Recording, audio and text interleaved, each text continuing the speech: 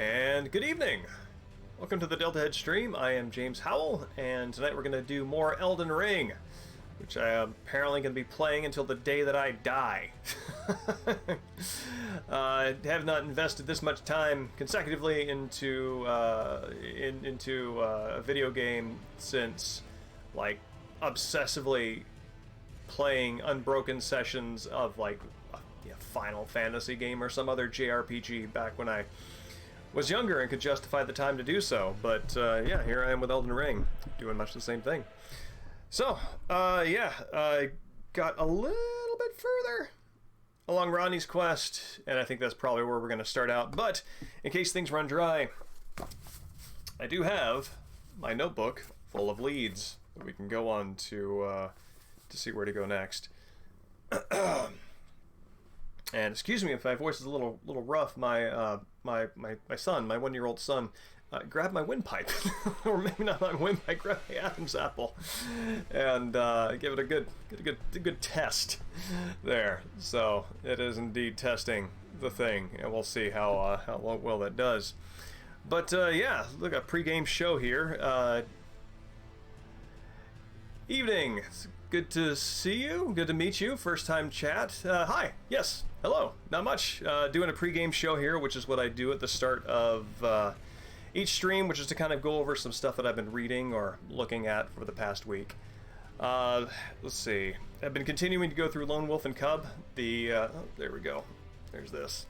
It's a very, very heavily sliced up body, demonstrating the deftness of the antagonist of this issue, and it ends with a kind of a Zandatsu sort of Metal Gear Revengeance fight where they run past these Buddha statues and slice them in a demonstration of raw power and the purity of their blades, until after they destroy 3 of these Buddha statues successively, then they attack each other, and it's fantastic. It's a really great set piece and a really great payoff, and that's one of the things I love about the way this series this goes. Thank you. I appreciate hearing that. I'm glad that you stopped by, and I hope that this stream provides you something similar. I kind of take well, it's not exactly the same approach to the stuff on the YouTube videos, because those are very structured things, those are very planned, and this is a little more off the cuff, a little planned stuff. And Hobgoblin, thank you so much for the subscription. I really appreciate that, and it's fantastic to see you again. Feels like it's been forever. Glad to have caught you, and you have caught me at the pregame show of looking at this, which is quite a divisive little book. This is Class by Paul Fussell, which is probably about, I want to say 5, 6. Oh no, he didn't. In terms of just really painting whole groups of people with a very broad brush, depending on whether they are upper, middle, or lower class, which he somewhat insultingly calls proles. And this was written in 1983, and I'm not sure if prole had in 1983, yeah, and I'm not 100% sure if this was intended to have that, Evening Space Hamlet, if that was intended to have that connotation. It's very interesting. He dislikes class in general, dislikes sort of like what it binds us to, and I'm going to get to that in a second as we look at some excerpts.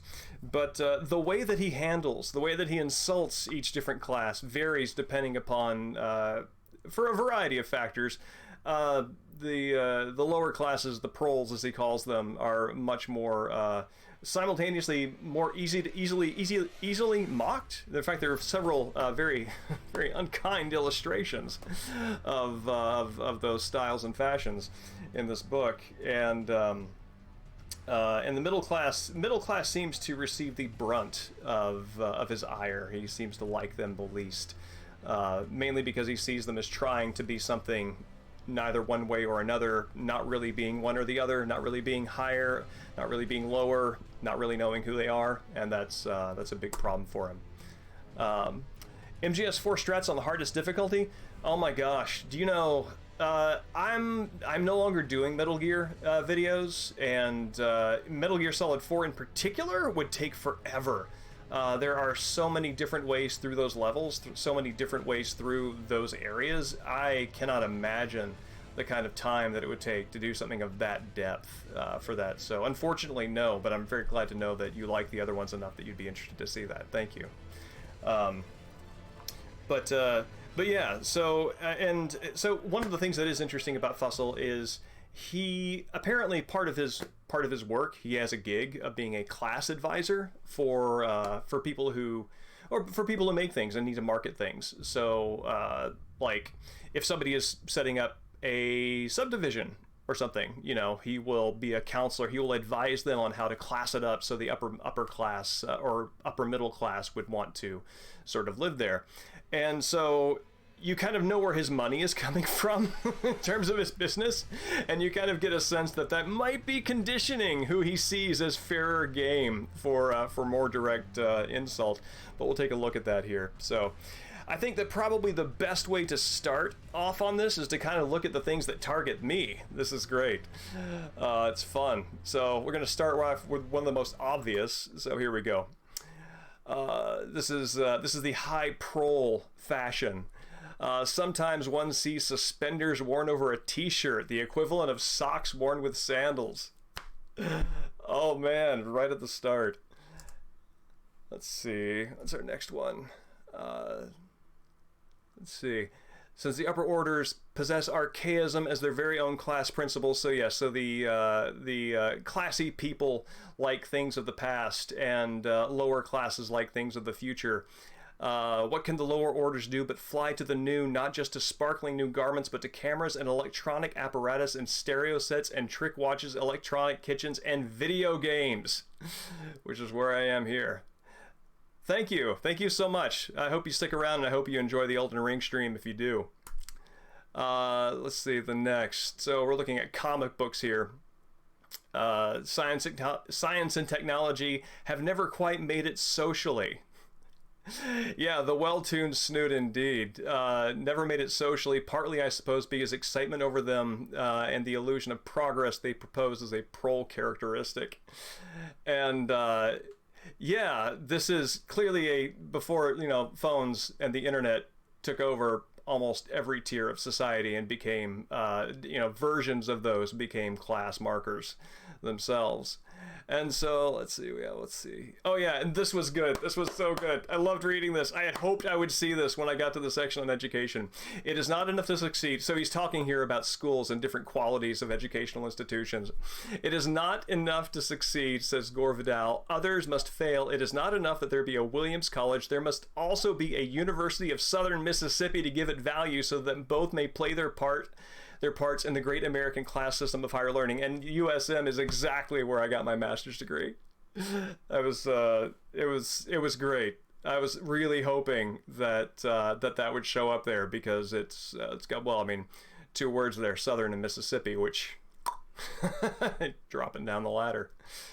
So but yeah, and but the thing is, it's like he is a little more subtle when he directs his attention otherwise. So he does direct his attention toward the upper class, but he does it in a way that is very evasive and that you do have to pay attention to catch. So he does spend, as you might understand here, he does spend some time talking about how great elite schools are. But then in a later chapter, in the chapter on language and how that divides us, he talks about the word prestigious. So let's read through this. This is good. The middle class is where you hear prestigious a lot, and to speculate about the reason it's replaced distinguished or noted or respected in the past 20 years is to do a bit of national soul searching. The implications of prestige, C. Wright Mill observes, are really pejorative. In its origins, it means dazzling the eye with conjuring tricks. And he goes on, in France, prestige carries an emotional association of fraudulence, of the art of illusion, or at least of something adventitious. The same in Italy and Germany. Only in the USA does the word carry any prestige, and looking back, I see that I've depended on prestige quite a lot when talking about high-class colleges. So, I mean, it's backhanded, it's subtle, it's delayed, but it's there. And so, and this sort of kid's gloves approach is how he treats upper class stuff in general. Probably one of the most damning things that he repeats is that there are no ideas among the upper classes. That their values are very superficial and not interested in investigation, and at the end of it, regardless of sort of painting everybody with a broad brush, the sad thing is that by the time one's an adult, these stigmata are virtually unalterable and ineffaceable. We're pretty well stuck for life for the class we're raised in, which suggests to him that regardless of where you are in this, what level of comfort or prestige you have, it's still not a good thing. And this is where Fussell gets interesting, and where it's a little more than just sort of a gossip rag shock. All right, the redeeming chapter is, what about us indeed? What class are we in, and what do we think about our entrapment there? And entrapment in class, regardless of how well off it places you, or how, what kind of position it gives you, that's really sort of where Fussell is aiming. And his answer is somewhat along the lines of a bohemian lifestyle. It's interesting. X people are better. So X class is the group of people that he sees are being able to get out of this. They are better conceived as belonging to a category than a class, because you are not born an X person as you are born and reared a prole or a middle. You become an X person, or to put it more bluntly, you earn X personhood by a strenuous effort of discovery in which curiosity and originality are indispensable. And in discovering that you can become an X person, you find the only escape from class.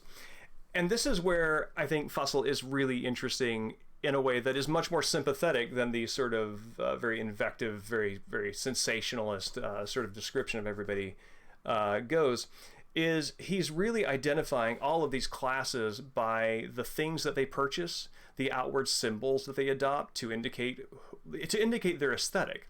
And that people would group themselves by aesthetics, and that their aesthetics could be determined by the things that they buy, by the things that they choose to keep around, and their relationship to money it seems particularly onerous to him. He doesn't like it, and so it's basically there is no winning in this, even if you are technically winning the status game by being higher up.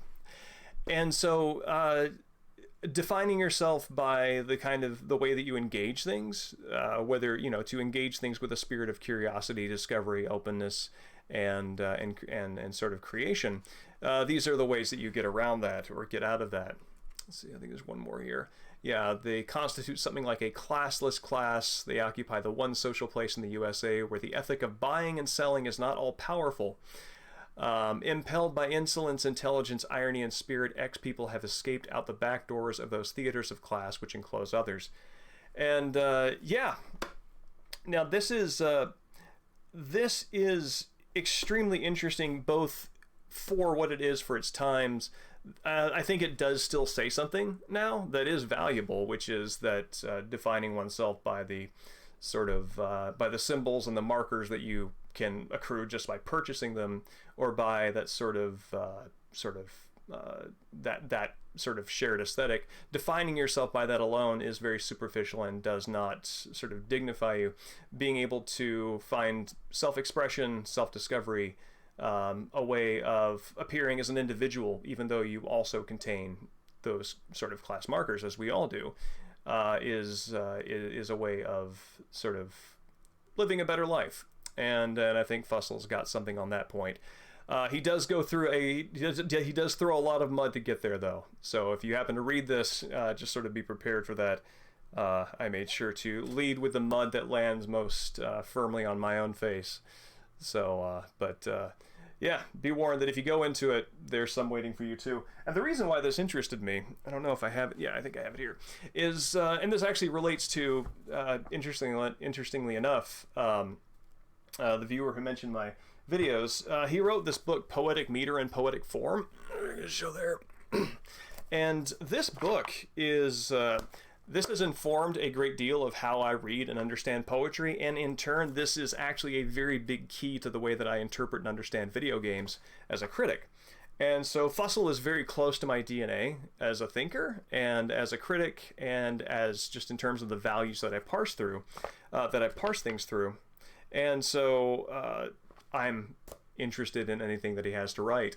And it's interesting that I can engage this critically and get much more from it on the level that it's delivering it. This class requires a little bit of appreciation of irony, and sort of you have to kind of work around what he says to get at it, to get at what I think is valuable about it.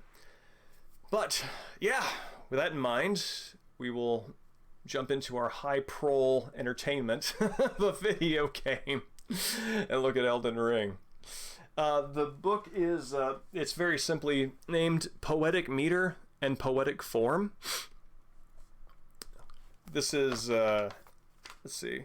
Yeah, he gets into scansion. I think the thing that I think is most valuable about this is he demonstrates how the way a poem is shaped relates to what it is saying. So in other words, a poem is not just the words on the page. The poem is also the shape that the words take and how they rhyme, how they alliterate, how they relate to each other visually. All these things have a cumulative effect in terms of how it is valuable. No, this is a separate book. No, that would definitely be a sort of like right angle departure, wouldn't it? But yeah, it gets a little technical in terms of some of the sort of the metrical jargon, but he also takes the moment to define what the jargon is, so you're not sort of left scratching your head thinking that you should have read another book in preparation for reading this, which is, again, another reason that I like this so much. So, but that in mind, oh shoot, I forgot my headphones. So give me 1 second, I'm going to grab those and pop back up here.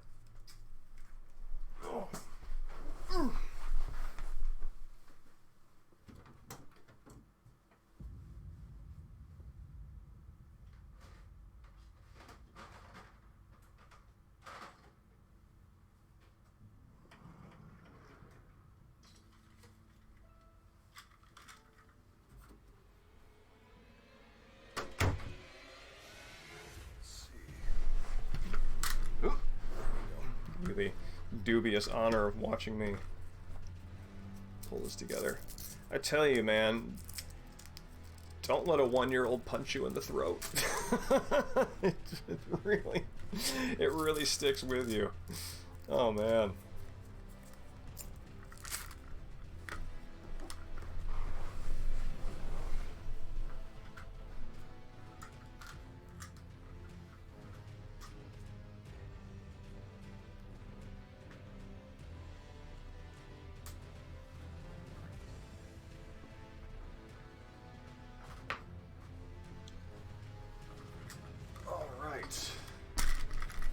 Yeah, ouch indeed.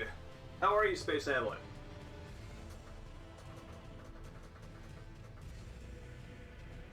Oh, actually, before you answer that, let me get my iPad up so I can see your answer when you write it. Hold on.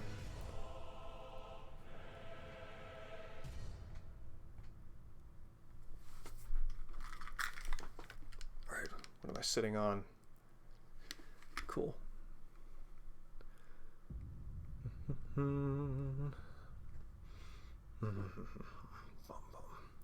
Oh, hey, cool. Somebody's streaming Kingsfield.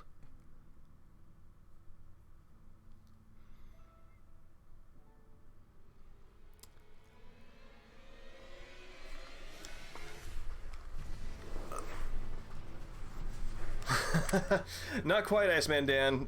Just finished talking about Paul Fussel's book Class, which is evening. It's an excellent little book that is part mudslinging, part insight, and is in its heart, I think, a performance piece that serves to that sort of incites, INCITES, in order to offer insight, INSIGHT.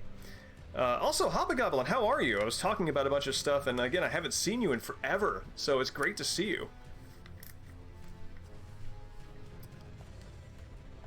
And Space Hamlet, I'm glad you're able to get a break there. Burnout sessions, well, actually, I think I have an understanding of what a burnout session is, but I'm now realizing that maybe that's not what you mean.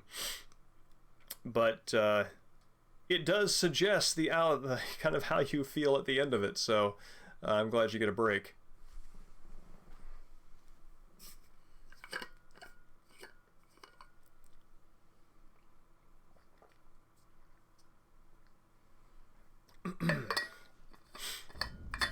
How are you doing, Dan? Let's see. So I beat this Godskin Apostle here, and I know where I'm going. No, let's see. I am going through Ronnie's quest. What is this? Alright. Is that... Oh, finger was appraised. It looks like it wasn't golden... golden appraisal, so somebody... somebody might not have liked what I had to share. Yeah, it's this... let's see... It's this guy here, the Noble Robe, which is just this sort of vile Hannibal Lecter sort of padding here.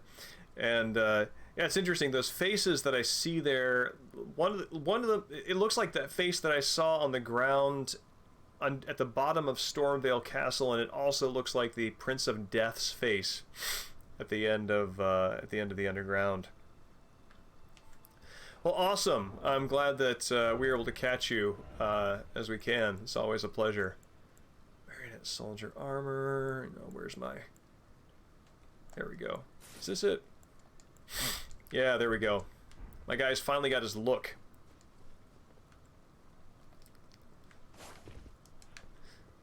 Yes, that the Godskin Knight is very Snake Eater. Very consumes much.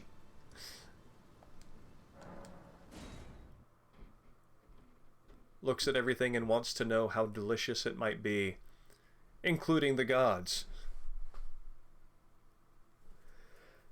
I went to Redmane Castle after Radon, and I spoke to this guy, and he said he was going on a journey. It's like he was finally able to retire, but I haven't found where he actually headed off to. All right, so I beat what's his name? Blade. Beat Blade as a Red Phantom, which broke my heart. I love the guy, but apparently he is between me and completing this quest, so I had to. Although I'm never 100% sure if defeating somebody as a Red Phantom actually kills them, or just repels them, because I've seen characters on the after defeating them in that circumstance alive and well later, if injured. Lake of Rot. Yeah. Okay. I wonder if these lighter colors indicate pathways that I can walk, and if everything else is sinking territory. Oh no, Scarlet Rot. Scarlet Rot's bad. Oh dear. Oh, this is, I think I've got to wear something for this. Physical damage, max stamina. Alright, we can swap this out for right now. I have something that boosts...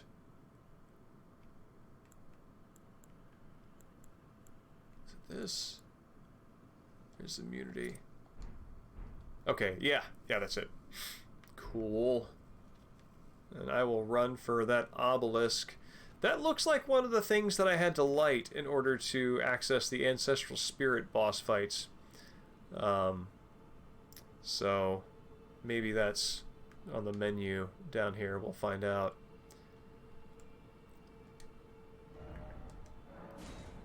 Here we go.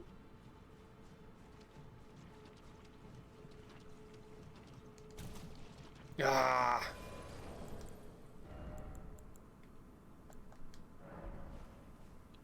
Classic Scarlet Rot move. I might need to...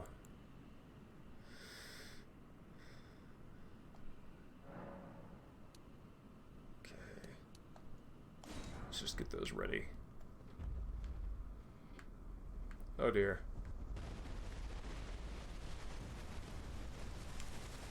Oh. Did not expect lift indeed.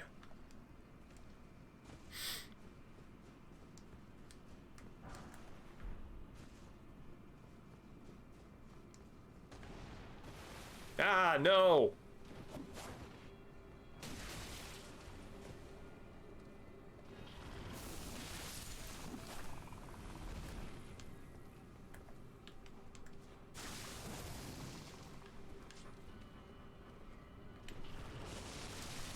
No, no, no, no, no, no! Woo-hoo-hoo-hoo.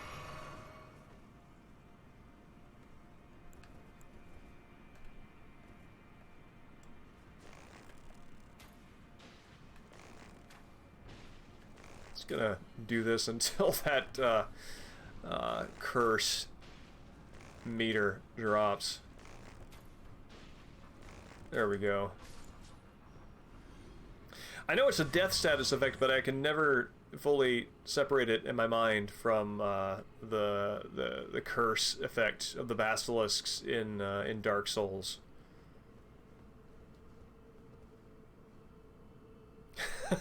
Right? Yeah, as soon as I saw those things in this game, I actually felt my chest clutch with horror, because I remember the first time I died to them in Dark Souls 1, I fell into some sort of sewer. I went into a building, fell down a trap door, fell into a sewer, was very lost, and just had these things mob me, and then I died speared through of something that just grew in my chest, and it was horrifying. And so, yeah. You know, I've been thinking about something similar on that front. Somebody mentioned that some of the game feels reused or recycled, because there are boss designs that are reminiscent of other Souls games, and I don't mind that much. Whoa, buddy. That's so cool. Do I undo it if I step on it? And, yeah, it almost feels like all those other games and their explorations, like the minor Erdtree demons are like the first demon that you encounter in Dark Souls, because it's got the butt stomp attack and has the giant axe and some magic and stuff. I don't remember the name of it in Dark Souls, but it almost feels like a lot of these designs from those games are almost in preparation for this, that they all feed into this very cleanly. Oh, it's so gross. You see that sort of like oily residue on top of the scarlet rot.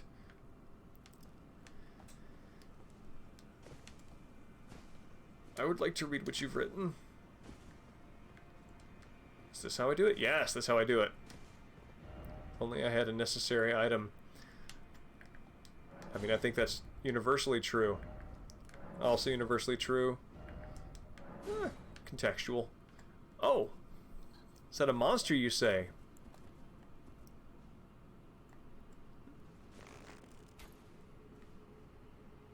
Oh, well, that's not reaching it. Alright. Evening Arc, it's good to see you. Vanguard Demon, that's it.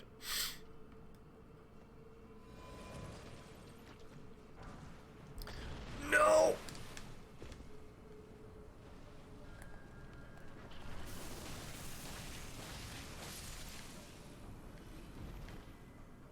Oh, crap. Heal. Good lord.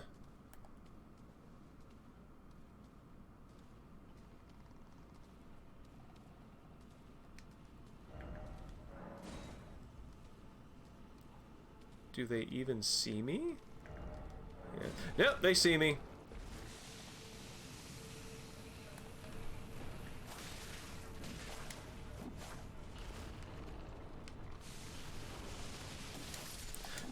no, get away, get away, get away! Okay. This is the way this is going.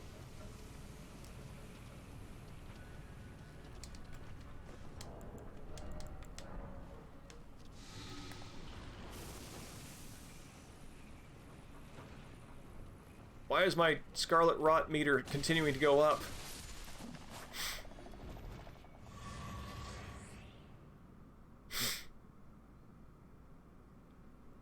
Oh, Hobgoblin, I'm sorry to hear that, but I'm I'm really glad that you're here with us. Yeah, I know it's turned out kind of late. I have to coordinate putting a baby to bed before I can stream and getting that sort of thing arranged. So sometimes it is unfortunately hard to get an earlier time, but I'm strategizing how that can be done because yeah, there are a lot of folks, Space Hamlet's East Coast as well, who I want to be able to catch more regularly. Also, also Dan is as well. Oh wait, so it sticks to you?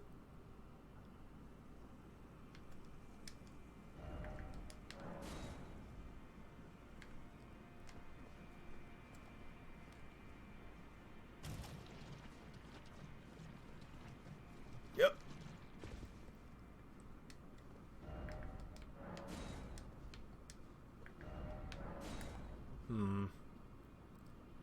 So, a lot of precious items around there. What kind of boss is this? Excuse me. Where am I on this map? Good. I'm glad. That means we get the pleasure of your company longer than we might otherwise. Is that okay? I haven't been over there. So if I hotfoot it over there, and then over there, then I can make it. What is this? A dragon? No, it's not like a dragon. I'm seeing something that looks like clothing or an armor.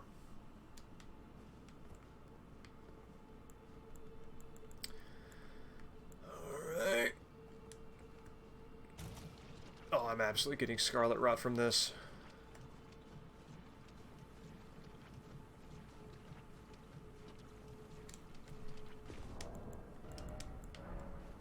Wow. That will eat you up.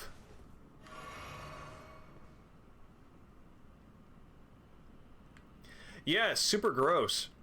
And I'm kind of torn on how interesting I think it is because so it reminds me of the poison swamp from Demon Souls. That's my first frame of reference for this. With the difference being that it doesn't force you into sticky slow walk, which I'm never really a big fan of. And I appreciate that.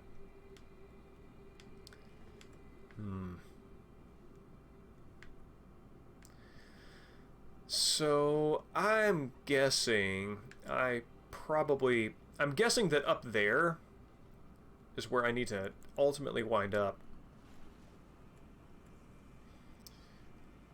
And probably I need to keep raising things, and then I'll probably need to fight that boss. That'll get me there. Alright, let's see if I get it from this.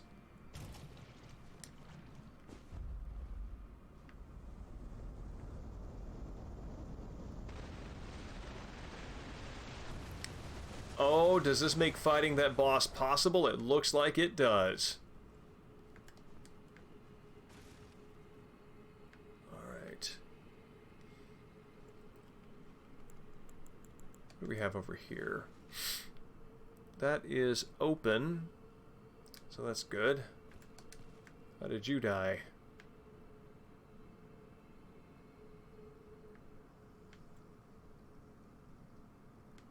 You died from Scarlet Rot. That's how you died. Oh.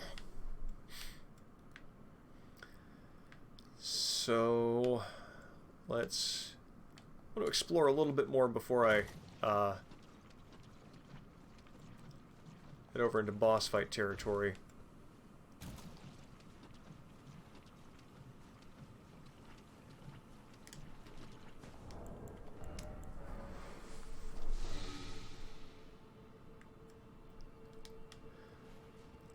Oh, that doesn't heal me. That heals me. You know, I was trying to avoid doing that, but I don't know why. I just like to keep a very minimalist, quick item thing. But you're right. That makes sense. What is this? Raw meat dumpling. Gross.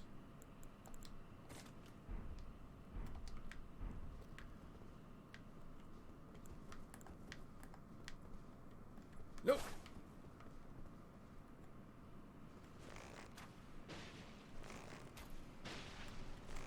Oh, I hate the way they scuttle over to you.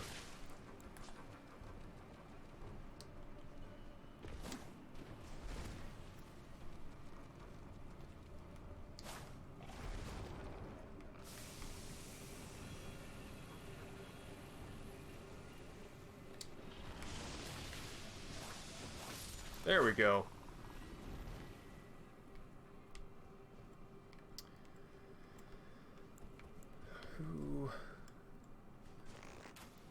If I remember right, weren't their eyes like decoy eyes in Dark Souls? Like they had another face underneath there?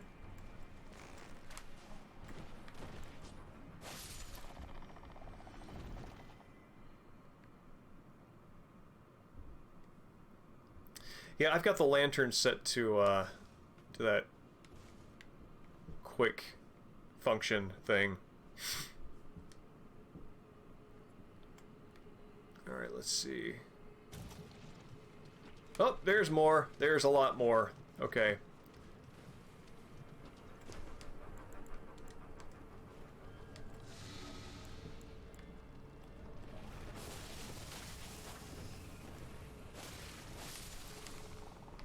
Alright, let's draw this fella out.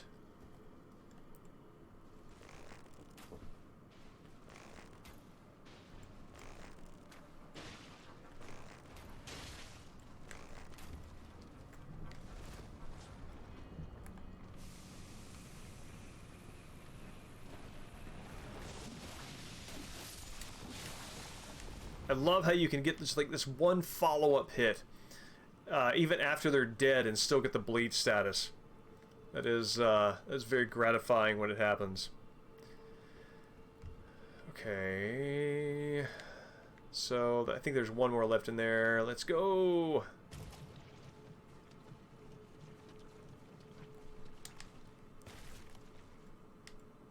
One more very inattentive basilisk.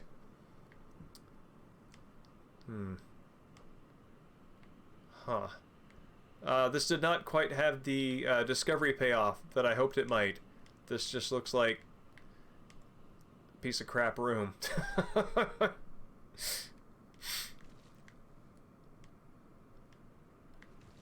Friend indeed. Huh.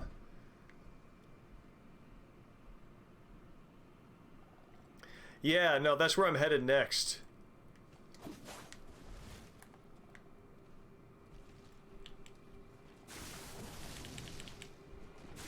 No.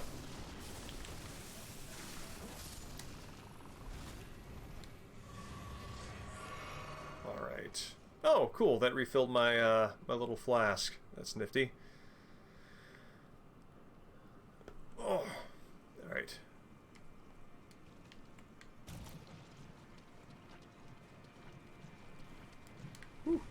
Yeah, that's where I want to go next. No, no, no, no, no! Get away, get away, get away! Okay. Woo!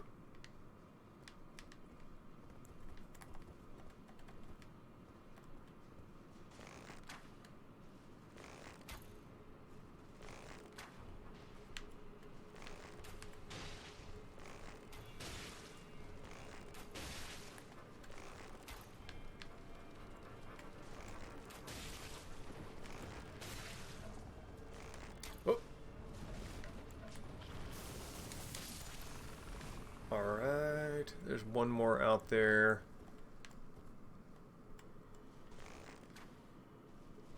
This is an area that I actually that I do dread dying on, because the build up to progressing is so slow and arduous, and I enjoy the thoughtfulness and the patience that it takes to get there. All the same, I don't want to do it again, so if I die, I will almost assuredly try to figure out how to cheese my way back through here, which doesn't always feel like the best way to play the game. I have. It's somehow more grotesque than the than getting cursed in Dark Souls. All right, here we go. Yep. Ah, robbed on that one.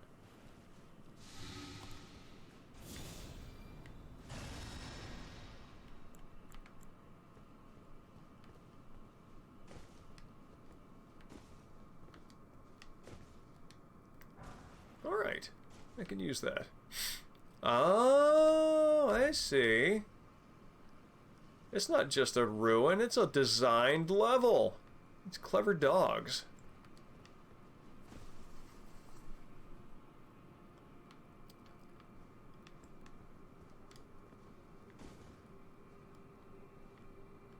Let's see. You read my mind.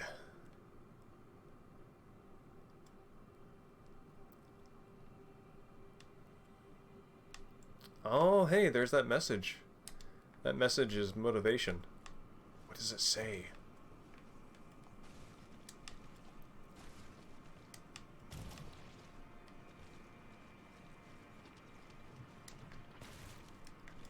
Gatherable material? Oh, faded earthly flower. Wow, these things, like, grow anywhere, can't they?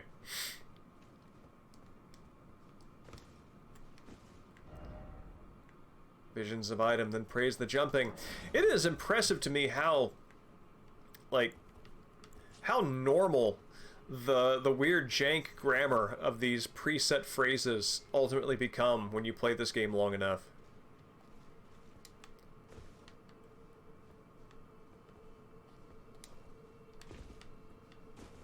Oh, there we go. There's a... Wow, that guy, all these bodies that are halfway slumped off columns. Just, mushroom crown. Time for revenge. Well, I've already avenged myself.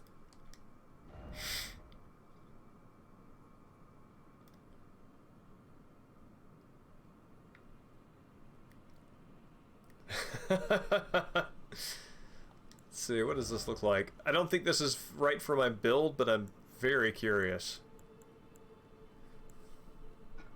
Excuse me. Weird. I wonder why this is... Mushrooms found growing all over the body. These overgrown mushrooms form a towering headpiece. They raise attack power when something nearby suffers from poison or rot. Oh, okay, I can see the build that this relates to.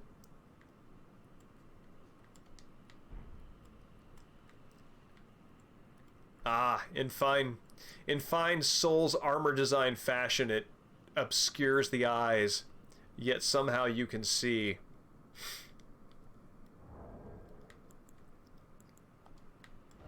Oh, nope, I want that back. Yeah, this is my fella here. This is Ogami Ito. This is the lone wolf.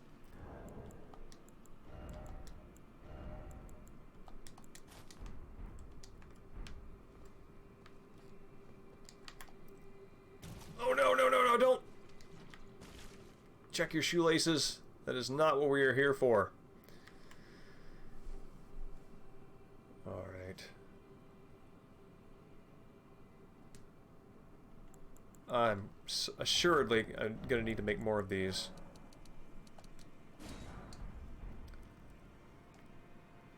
Making me very happy that I have not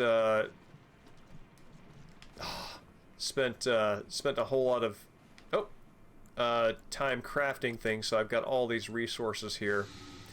I've thought about creating a follow-up character who I'm very interested in the idea of a perfumer class type, kind of a co-op support.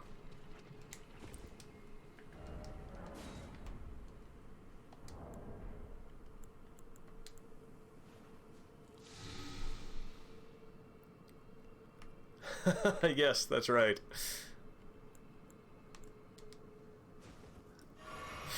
Oh man, there was oh, where is it? Do I have it here?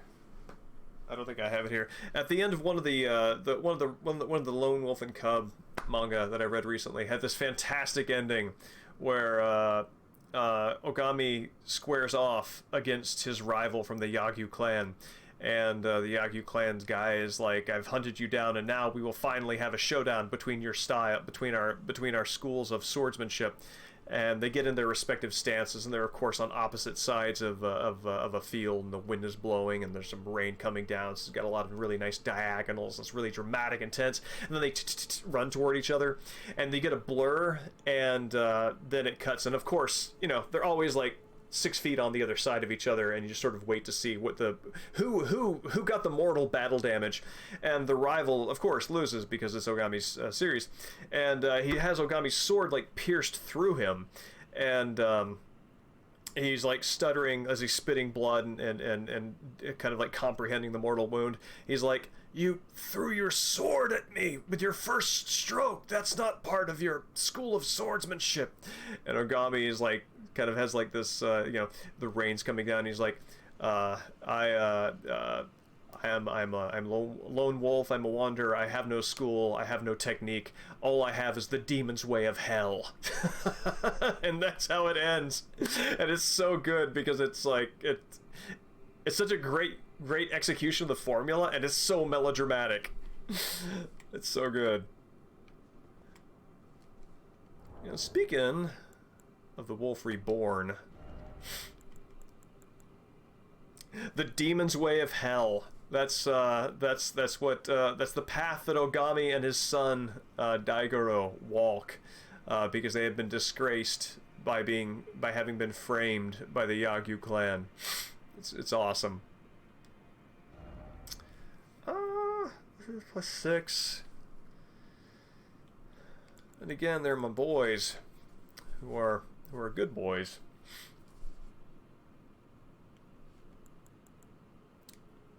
We'll start with her. I think she probably has a better chance of doing well in this environment than they do.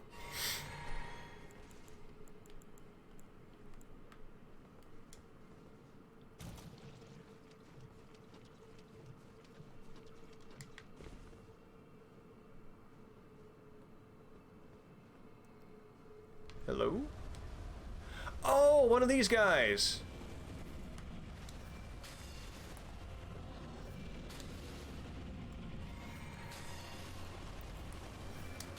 Woo!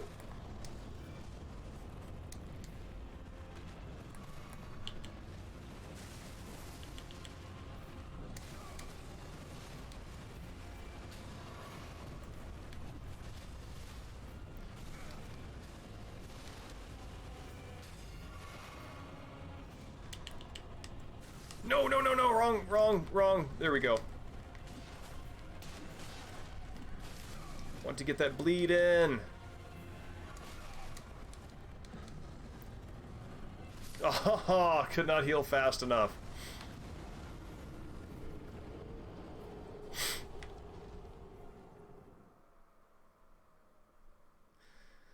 Oh, man. Yeah, so I fought one of these Dragonkin soldiers,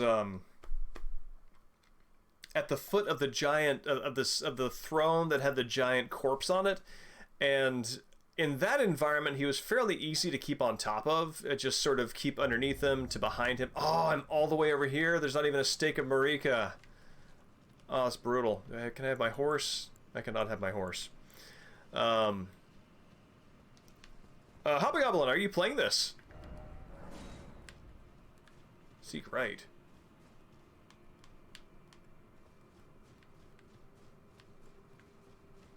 Ah, yes, this way.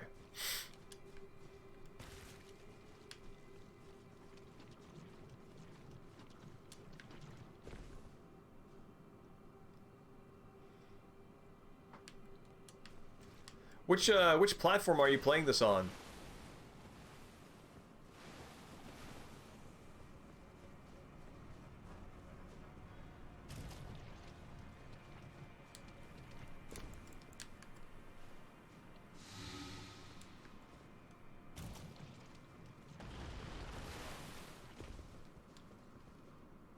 PC?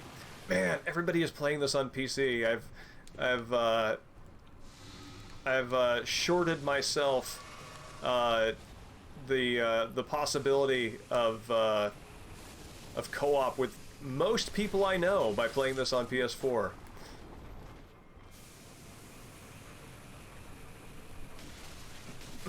Excuse me.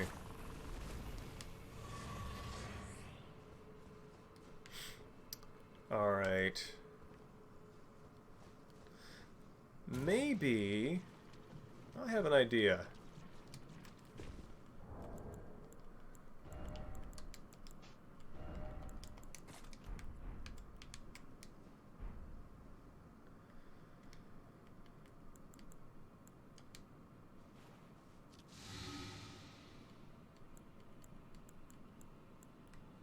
Oh, you know what? I should use that. Yep.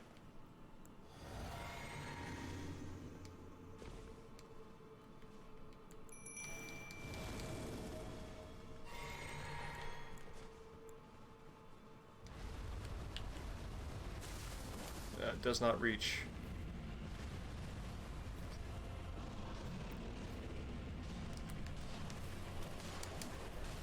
Oh, no, no, no, no. Well, that part of the idea wasn't that great.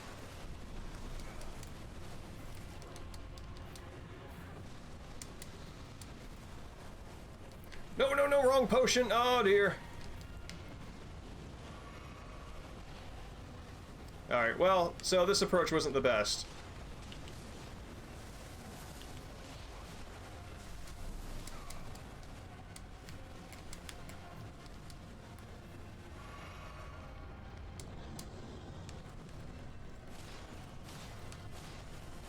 Come on, bleed!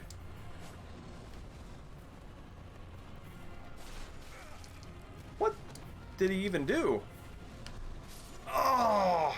I must have been like one frame away from actually knocking back the Crimson Tears. I am... Let's see, what level am I? I've been leveling very slowly for as much time as I've played the game. I feel very good about my odds of being able to beat this guy. Let's see, I am level 95 for 161 hours of play. So yeah, I've been going very slowly and doing a lot of exploring, more so than I've been sort of focusing on optimal path, you know, the quickest way from beginning to end. Beating the game, that's it.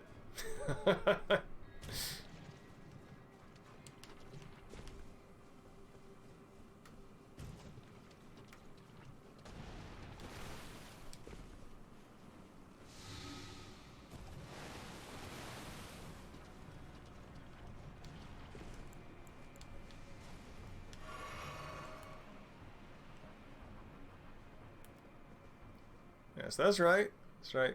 Back away. Back away and nobody gets hurt. Don't come back.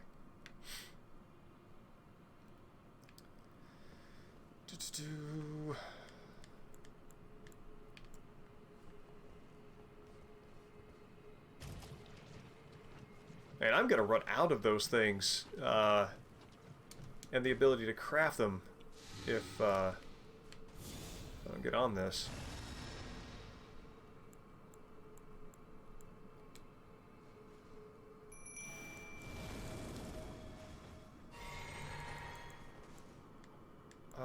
Yep.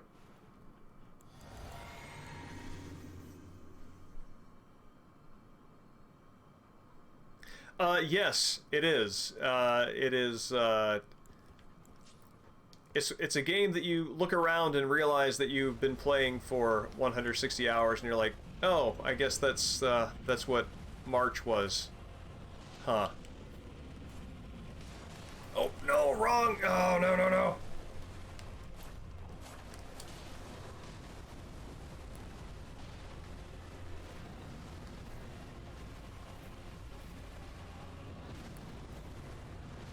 Please come over here and stop destroying my dogs.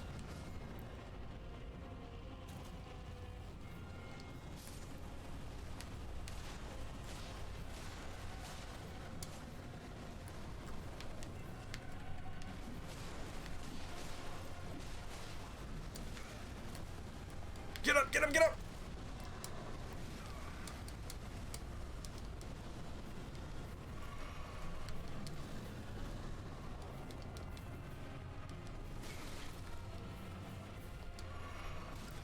Oh my god! Maybe I can block some damage here, and that can be a way forward.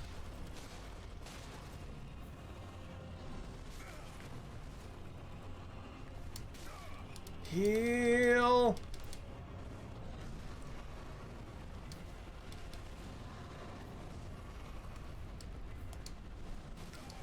Oh man.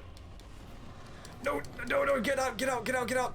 And drink your dang potion, dude.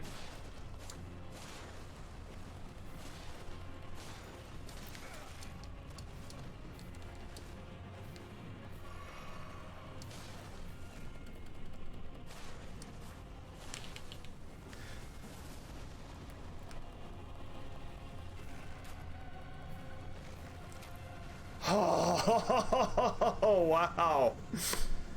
Oh, man. I didn't think that was going to happen.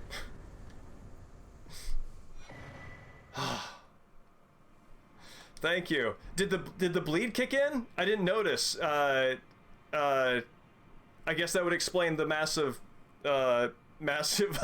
damage there at the end. Whew. All right. I don't think this fits kind of what I'm doing with my character, but let's take a look and see what is this sword that I got. It does! Oh, I'm very happy about this.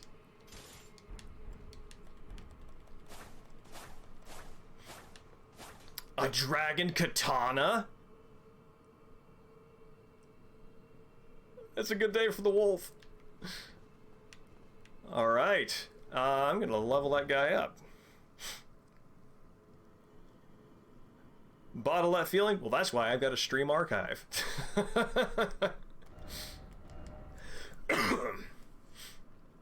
Alright, so I think this is about to become... I initially thought that the meteoric ore blade, I leveled that up before I realized that I need, like, intelligence to wield it. This is a sword that's got standards. And as you can see, my intelligence is right down there at 10. My character is, you know, warrior, but doesn't very smart. Is kind of his way of being. That unfortunately got leveled up, and I don't think I really needed to do that. So, this is the way we're going to be going. Ice Lightning Sword. Cool.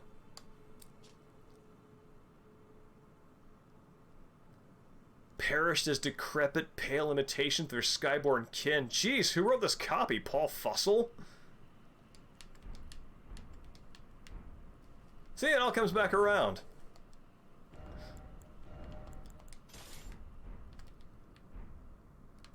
Let's see. Yeah, let me make some stuff here.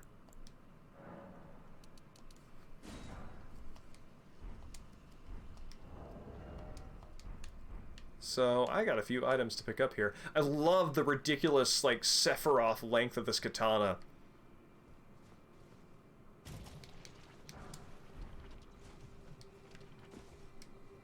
I think I... Oh, wow! I got a lot from that fight! Can I...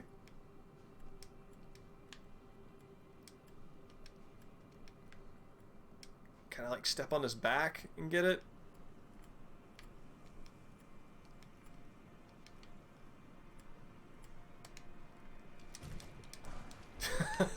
No.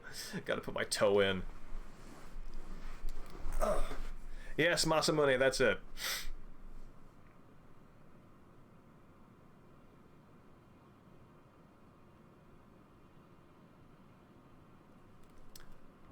I don't think I saw that. Let's take a look.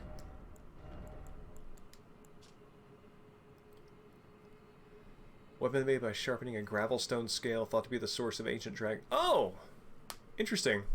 I don't know that much about the dragon lore in Dark Souls. Actually, Dark Souls lore, that seems like, gosh, if that game had hit me at a certain time in my life, I would have been down the rabbit hole of that game's lore. As it stands, it hit me at a time in my life where I was primed to appreciate the mystery, which is kind of where I still am in part.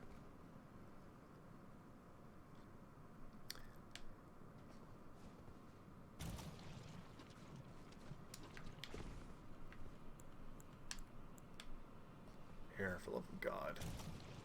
Wait, no, go back and get it. What are you doing? You know, I actually don't want to... That's actually not worth the trouble. Let's just go back and spend those runes. And, let's see.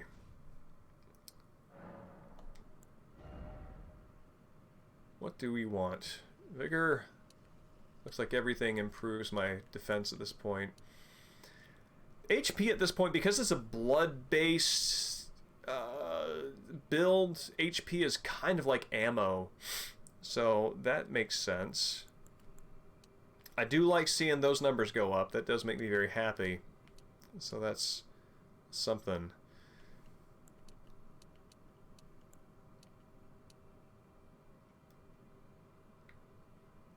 Oh, I've got money in the bank for that. I want the endorphin poke of getting some blue numbers here. I should get vigor up to 30. That seems to make sense.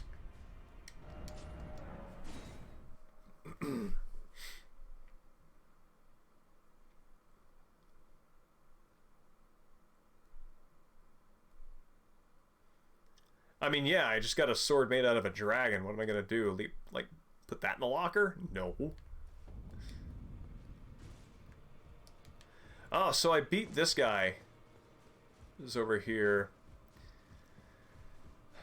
And I don't know if I chose the quest terminating path, but yeah, so this guy who was like hanging around here and sort of just rotting, I found his body at the bottom of in the his real world body at the bottom of Landel, and I killed him and defeated him and got his armor. Now he's just gone, and I thought that there would be something left behind, like a note or something, but that's it.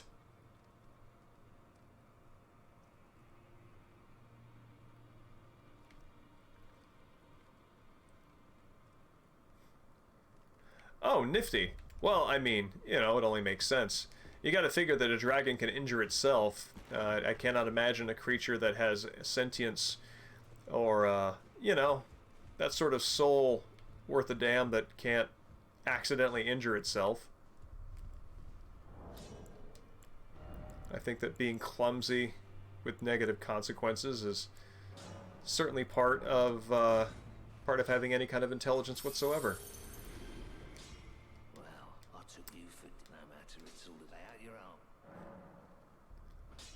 Say strength and armament. Ruins greatsword. What am I? Somber smithing stone upgrading with? Okay.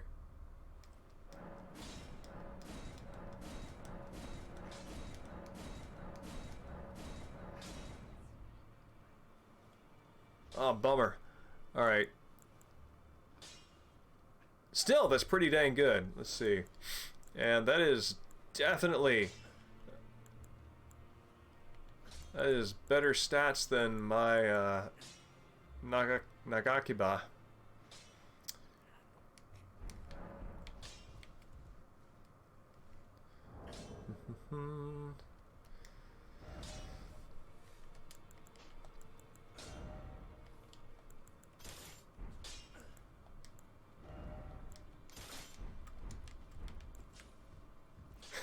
It's so weird to see the that giant blade as my secondary.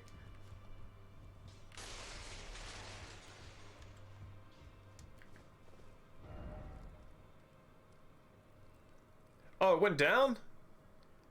Oh no. Well, shoot. Well, I'm glad that it came back. Let me see if there we go. Well, fortunately for the do you have me now? So make sure. So it looks live to me. Okay, cool. Yeah, fortunately I'm recording this locally, so for the YouTube archive, I can lean on that. Awesome, thank you. I've only beaten these things. These things are horrible. Oh my god, it's like nightmare territory when they open up the lower half and something comes up and grabs you and just chomps you to death. I've only beaten these things by cheesing them through a wall. I assume that at some point I'll get strong enough where that's not going to be a problem, but that day is not today. Yeah, right?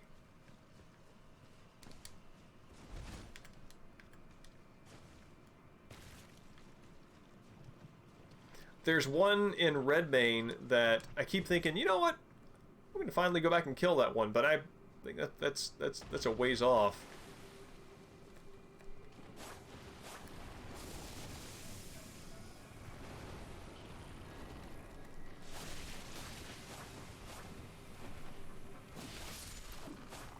This is great.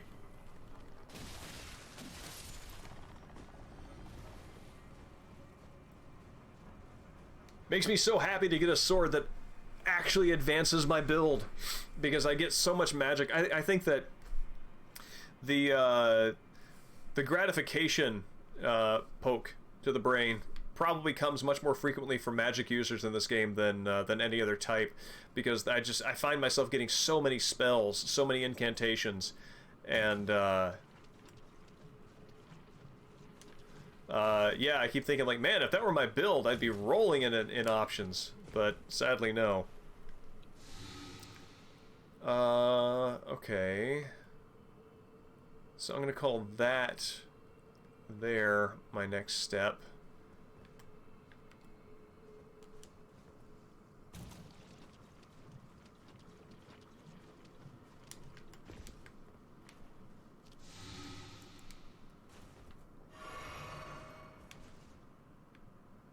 What are you doing? I would like that gesture.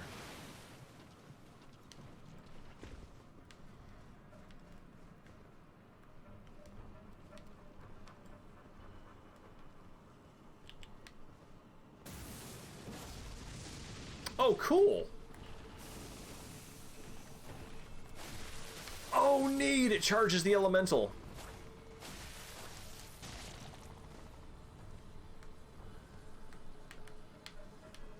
Well, this is cool.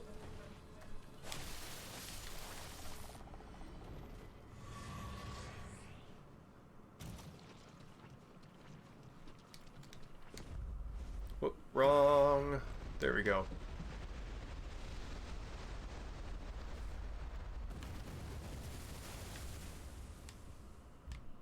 Okay, I think I see that I'm slowly building this thing here.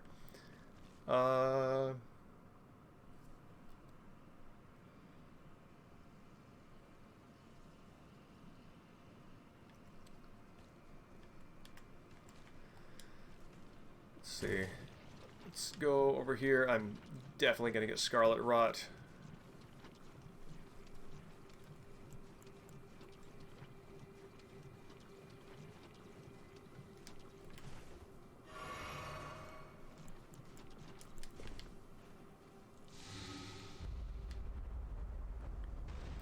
Oh, I see. Okay, I think I get how this is now. Yeah, so this is how it's getting put together. Oh, there's a crypt over there.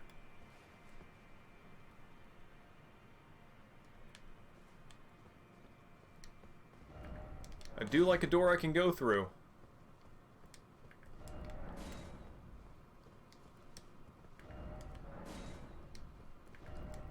you know, these are less ladder-oriented than I like my messages under these circumstances, but I'll allow it.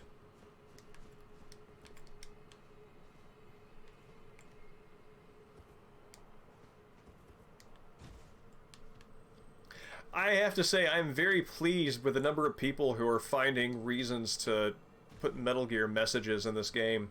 In particular, the ladders and the bridges. The bridges in many parts of this game look very much like the one that Snake and Boss fought on and in Virtuous Mission. And that has not gone unnoticed. Makes me very happy.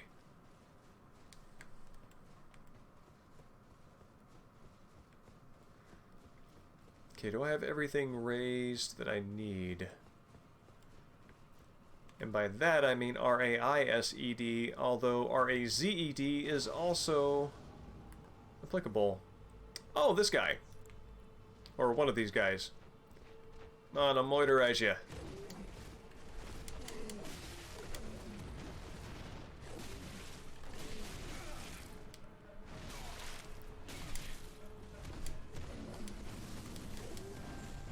Oh! Goodbye! Oh, wow. I died and then got scarlet rot. What a fortune.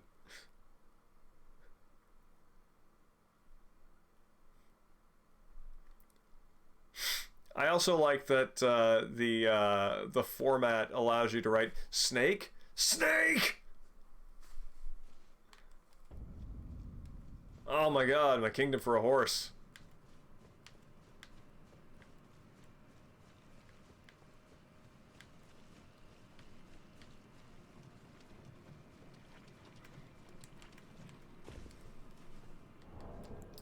Make more of these boluses. I want to get out of here soon.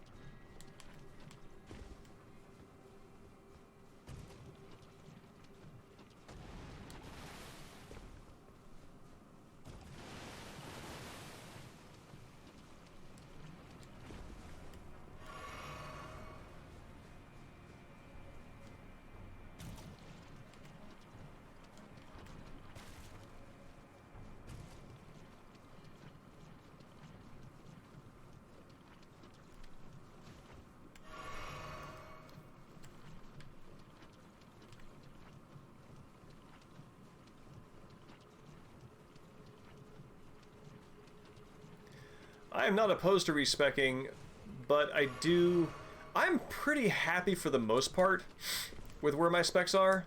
There are a few points that I put into intelligence around the time that I thought I was going to be using the Meteor or Katana, but you know, that impulse has passed. Yeah, kind of the story that I created for my guy is that he left his land of reeds, and he was very, very powerful in arm, but not so much in skill. So he is on skill quest, capital S, capital Q, no space in between. He is on skill quest to master the katana, and so that's why he's got a lot of strength, and now he's just increasing dexterity, and that's kind of how his story is going.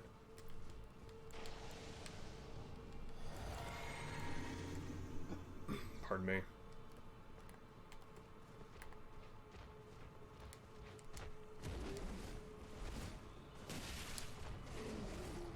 Oh, that staggers him.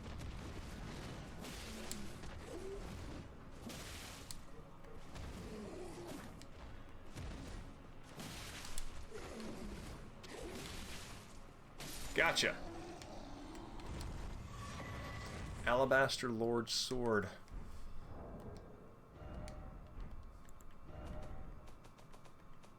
I really gotta drop this stuff off in that chest. I've got so much stuff I'm not using. There we go. A weapon unique to the Alabaster Lords, a race of ancients with skin of stone who were said to have risen to life when a meteor struck long ago.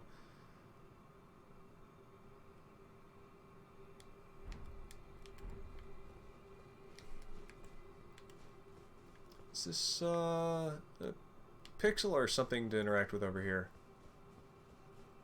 Ah, it's an item. Ooh, Somber Smithing Stone 9!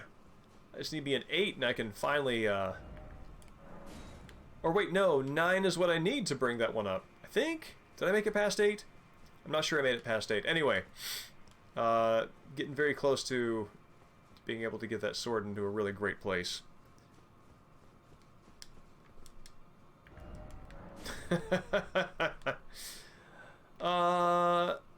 Okay.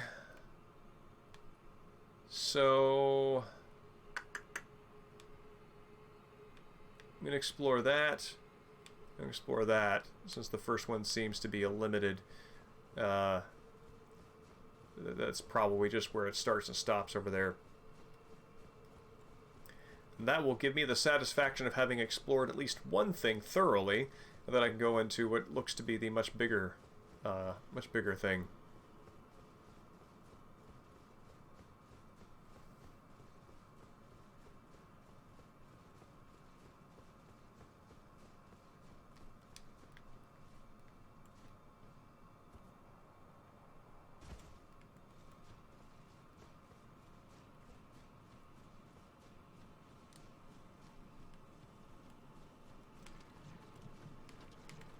Time to embrace this quality disease.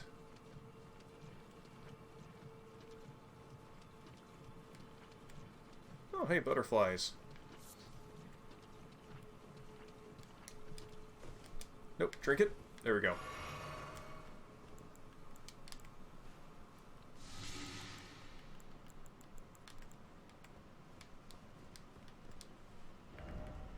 Why, thank you. So are you pointing me in a direction? Ah, it kills me when I see a message like this and there's no gesture to indicate what the hell they're talking about.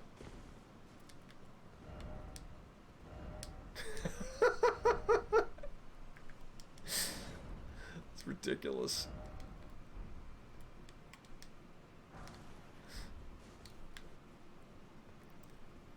Like, it's such a know-it-all, just sort of like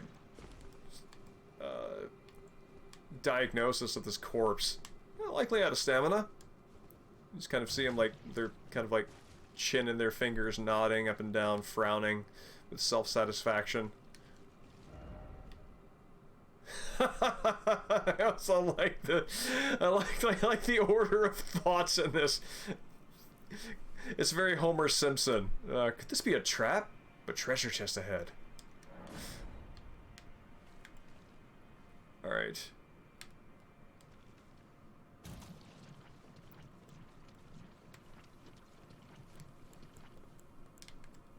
Yep, it's delicious. Just like Mom used to make.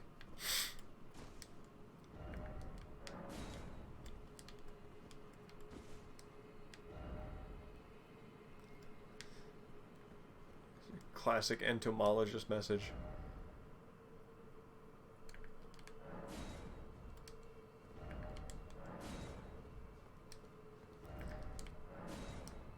I applaud the liar for their audacity, and I applaud the reporter for being so truthful. 22.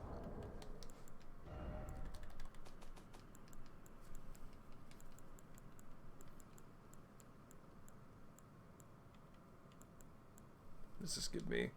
Rot pot, rot grease, drawstring, rot grease. Okay. Right? Like, you can just kind of like hear the discerning, kind of rational, looks to be a trap. And then you can hear just the enthusiasm. A treasure chest ahead! Yeah. Hup. Get off my boots. I do so love how even in this game they've carried over the aesthetic of being a creature, you know, that's sort of the pygmy feeling of Dark Souls, that like You are a very small creature in a world made for giants, and the scale of everything clearly says as much.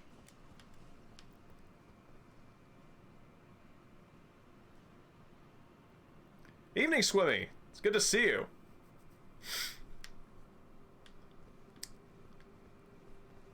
Oh, Rot Pot in PvP? That sounds excellent. Why am I glowing red?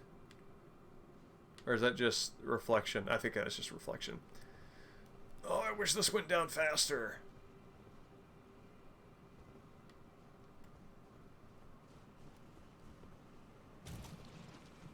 I'm gonna get it, aren't I? Yep, I'm gonna get it.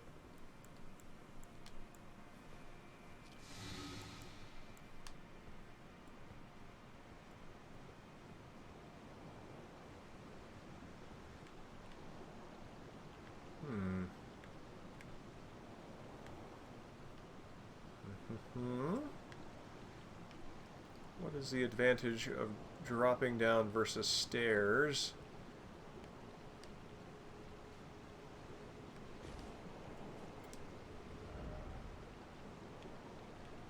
I love the fetal crawl. That's very funny. The sort of like fetal position, then the collapse.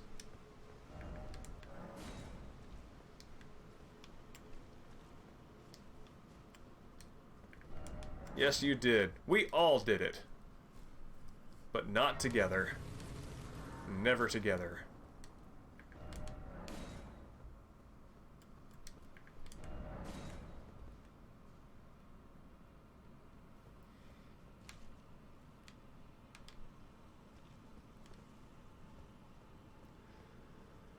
Well, sir? Okay, there we go.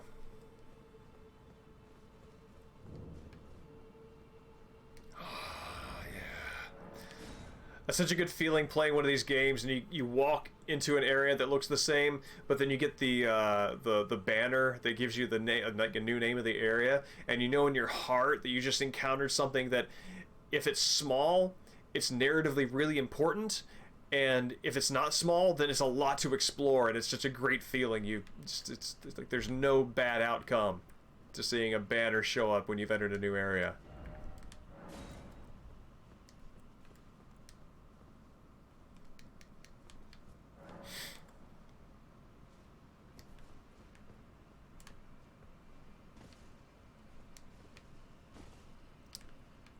Is around here. Aha! Cannot fool me. Actually, you can fool me. I've followed many more of those paths to a dead end, even when the messaging says no item ahead. I am exceedingly easy mark.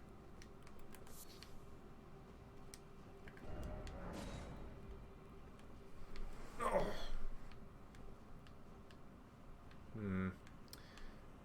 If I jump and don't make it...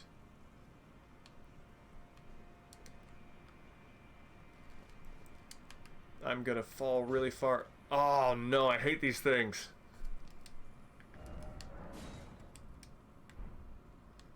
Okay.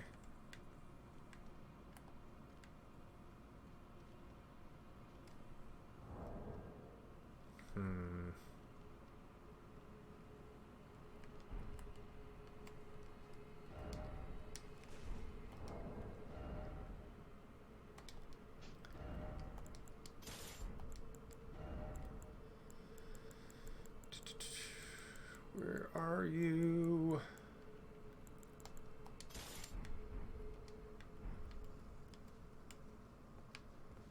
Oh, now they're coming back around.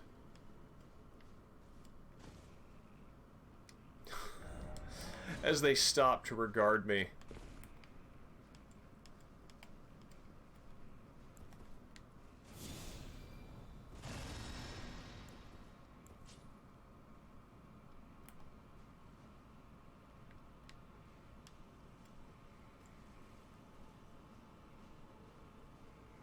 Buddy, mind your own business.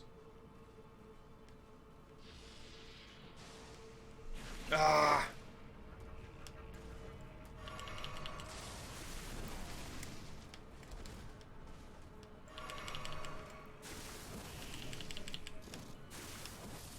There we go.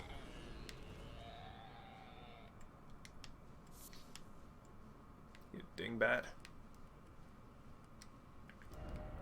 Range battle. I am actually super okay stealthing this.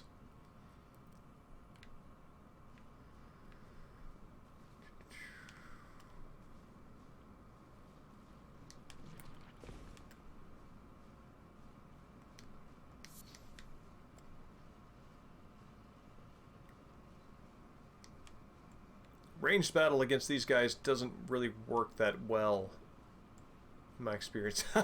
Somebody with the same idea.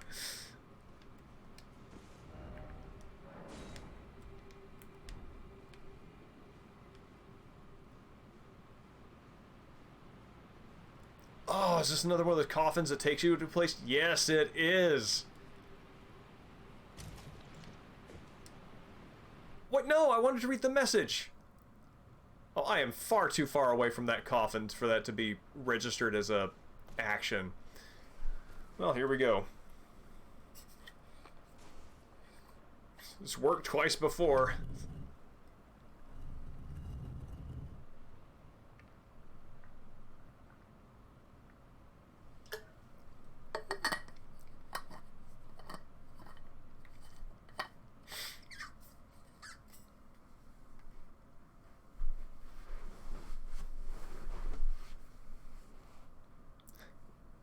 Right.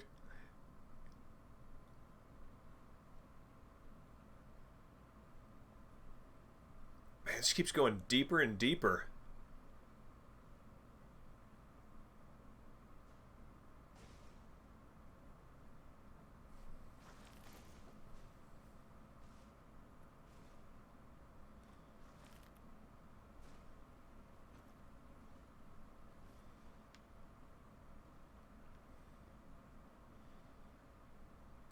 Gone from a land of poisonous reds to a land of questionable blues.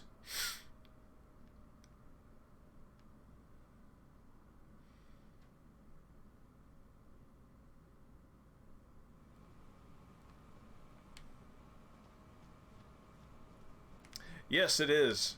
I actually found that well before I continued Blade's quest. And it worked really well for being, you know, Ogami Ito, the lone wolf. But it was a little weird wearing it while also fighting Blade. Holy cow! A coffin can travel. Okay, that's where I spilled out of. That's where I wanted to go and see what's up, but did not. Okay.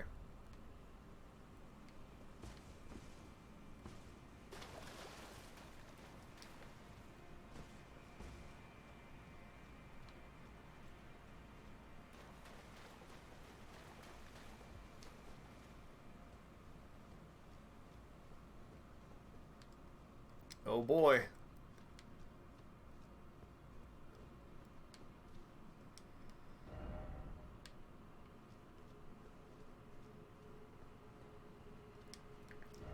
Like, I get the innuendo on that message, like, half the time, but then other times it's just baffling what the context is supposed to be for it. Alright. Here's to curiosity.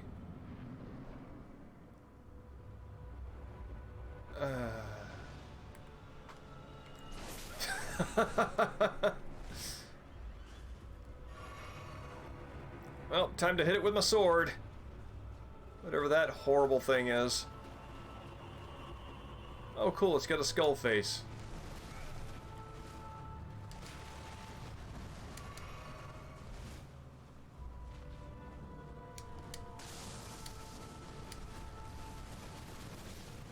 Oh my god.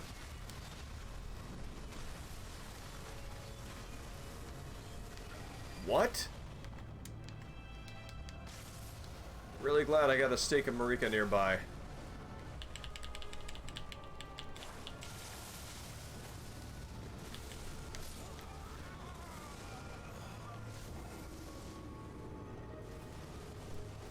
Okay.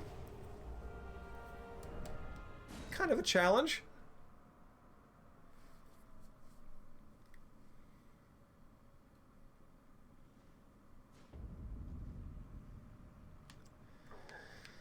Let's see if I can bring in help. My summoning is working. As I've mentioned to a few folks who are in chat right now, I have just had a devil of a time trying to get people to summon. Wow, a lot of bloodstains like right out of the gate. Like I cannot get a summon sign for the life of me anywhere that I need one. I don't know, I mean, 95 seems like a decent level for this.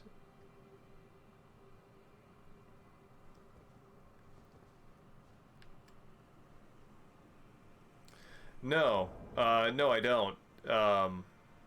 I've checked that several times, and yeah, there's no password set.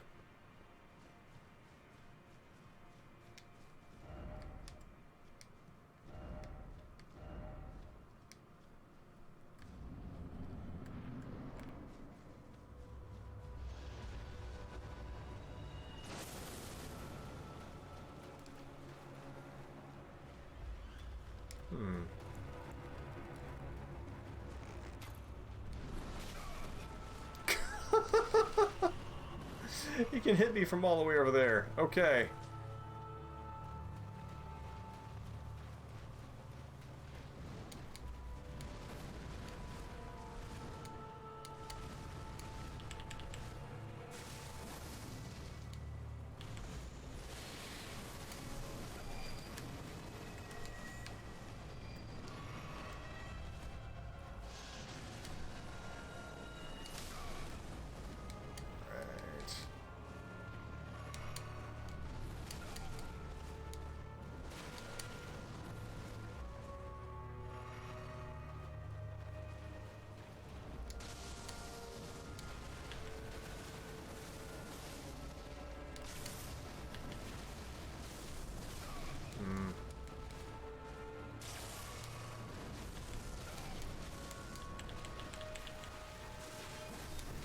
Well.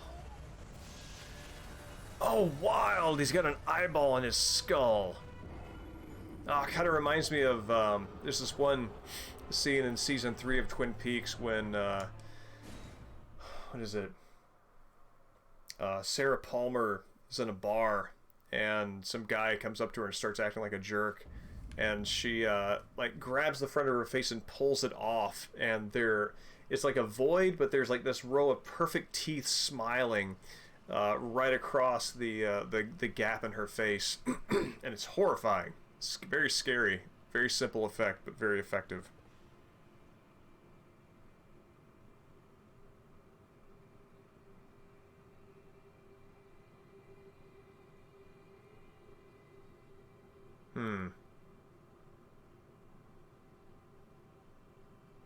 Port forwarding.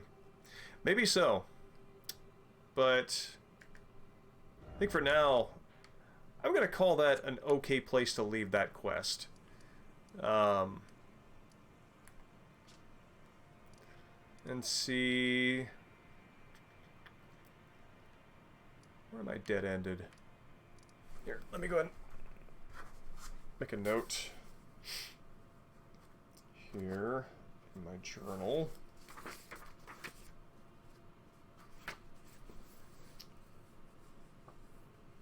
Like a route underground, I can cross that off. Beat. Giant. Gravity. Bug. Star. Monster.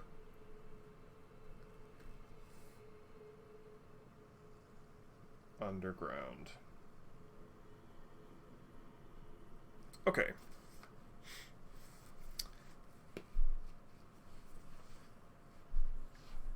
Hobgoblin, which part spooked? That boss in particular?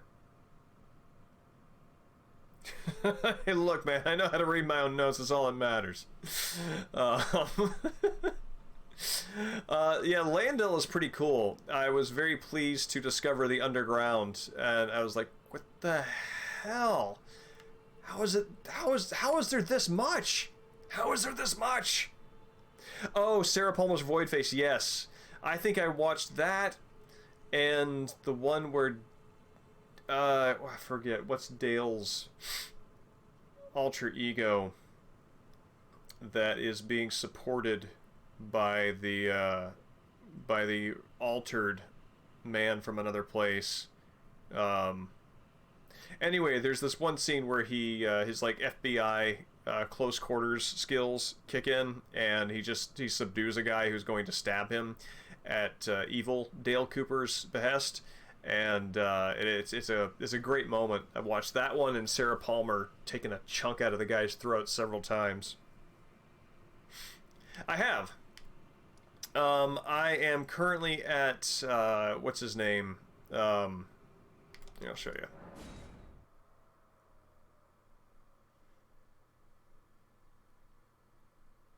Dougie, that's it. Dougie. Dale Cooper as Dougie.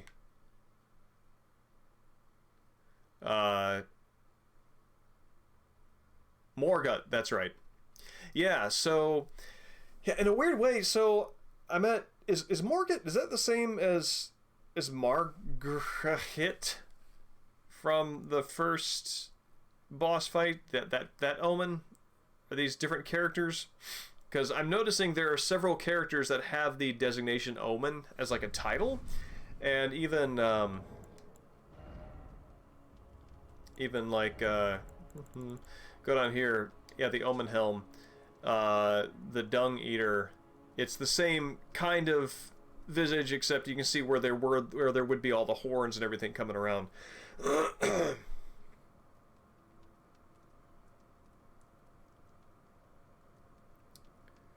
Really?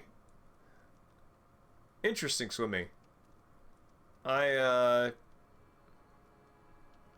of an Omen without the body to match. Okay. I can see that. If there is a designated Omen body. I think the fact that he was able to grow this through some means made me think that Omens had maybe started out more sort of humanoid in the way that we are, and then had grown like this, but them being like their own kind of race, that makes sense. Ike! That's it. Ike the Spike. Oh man. I forgot about that. I should go back and rewatch that. I don't think I've seen the viewing cube in New York. I don't believe I know what that is. And I also came across Margit in the battlefields outside of Leyendell. There was one of those sort of like the characters that had like the stock collar around their neck, or around their hands, I forget which one. Anyway, they had the thing, and it kind of exploded into light and then turned into him again, and so I fought him again out there. I don't have Margit's shackle, but I do have Mog's shackle. Yeah, the second Margit fight, that was a surprise, was pretty great. Oh, okay. Sorry, I thought you meant like I thought there was some. I thought this might have been some sort of like art installation that's actually in New York that that is noteworthy, and maybe I should know, but no. Okay, yes, the viewing cube that they stick through, and oh man, the way that creature from the other side like kills those like two teenagers. That it's a very classic horror movie moment, right? They're together on a couch, and then a monster comes in and kills them, and it just like needles them, like just far enough into their faces to kill them, and but like repeatedly and very quickly. It's very freaky, and not the way a human would kill something, which is what makes it even eerier. But yeah, I had it set. Oh, finally get rid of those things. Where? Yeah, we got Mog's shackle, which helps. Excuse me.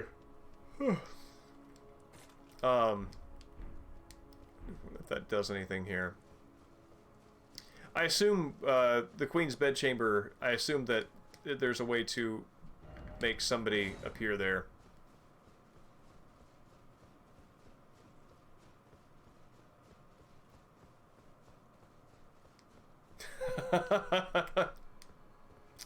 Well, we all have our first moments of getting used to the city.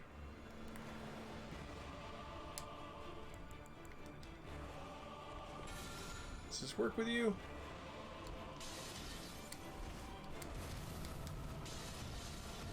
It sure doesn't! Wow. That's, really a failed strategy.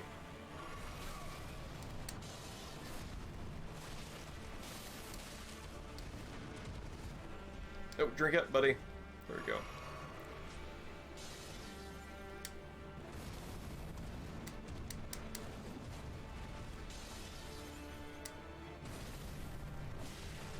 Actually, that's doing alright damage.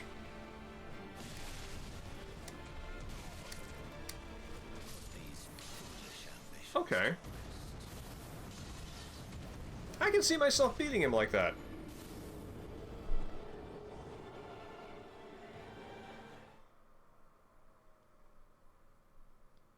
Yeah, I haven't found Margit's Shackle yet. Although that explains something that I saw several other players do when I summoned them to help me during Margit's fight, which was they bound him to the ground. I thought it was some sort of gravity magic that they were using, but gravity magic is colored purple in this, and that was a yellow effect, I remember. Oh, that's right, Melina.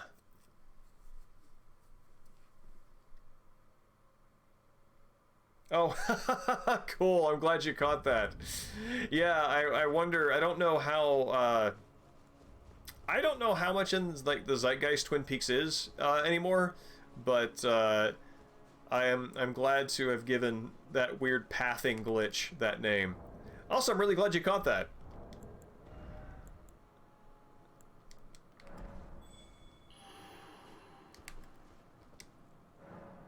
Oh. Okay, fetch quest.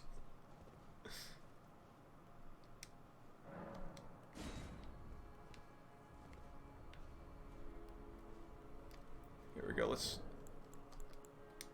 start off sassy.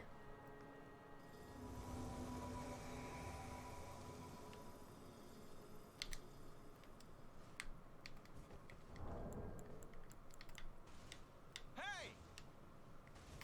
All right, cool. We're both sassy. All right, let's do this. Hey.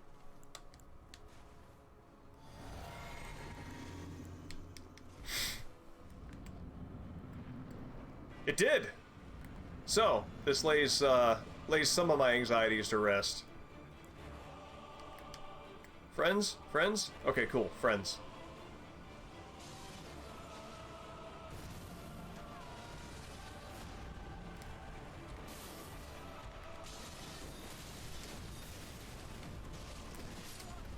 Oh no! Goodbye, cooperator. Melina, please be good.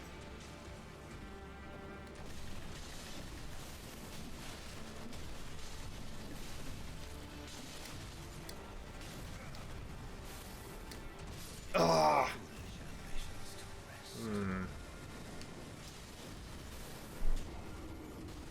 No. Fetch quest did not, in fact. But the effort was appreciated.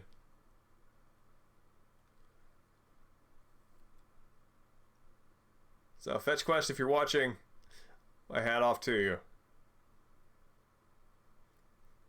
Yeah, I'm noticing it's like, she was a support character all this time? What did she need me for?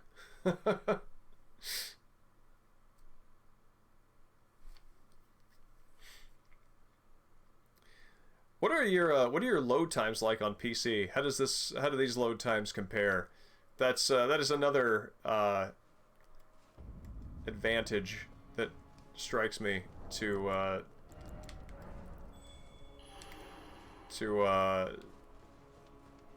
playing this on PC, is that the load times will be much shorter. Another signal, another sign. Fetch quest! No! Someone already... Hole? Is this the hole from all the messages? Am I in the presence of a celebrity?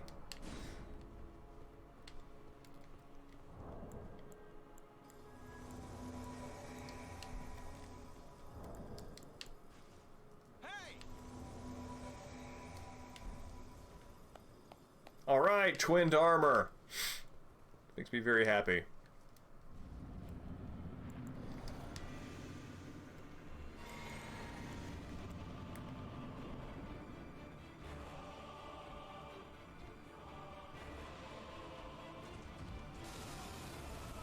Ah, oh, you got the thing.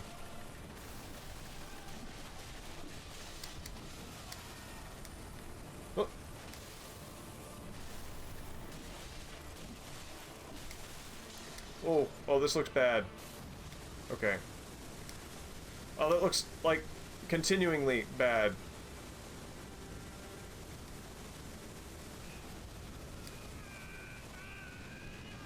What the hell is happening?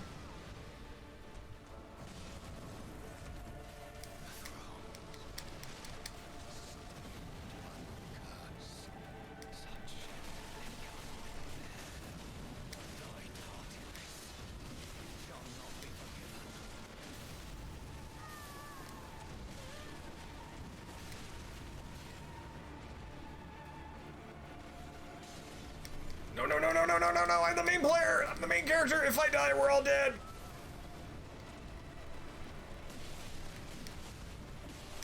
No. Quaff. Roll. Roll.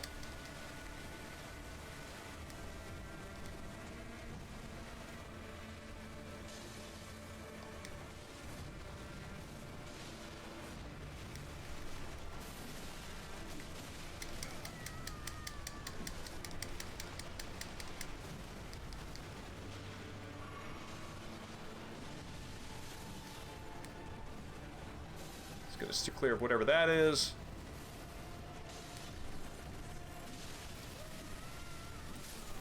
Yeah! All right.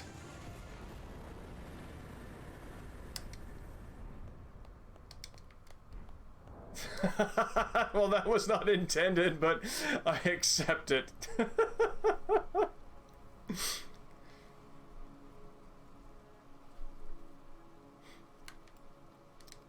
Oh, thank you, my friend.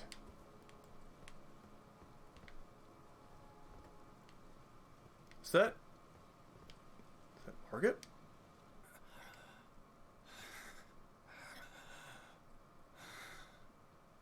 Tarnished. Thou art but a fool. The Erd Tree wards off all who deign approach. We are all forsaken.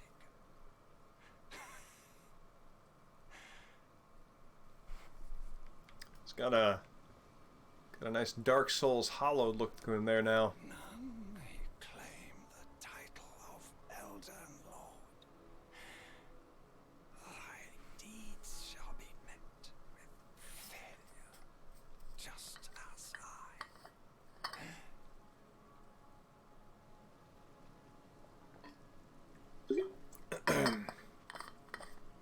Wait, did he just perish?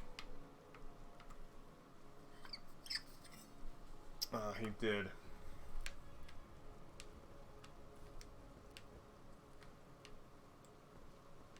Well, I don't appreciate your last words being that my ambitions will only come to regret, but I will accept this throne.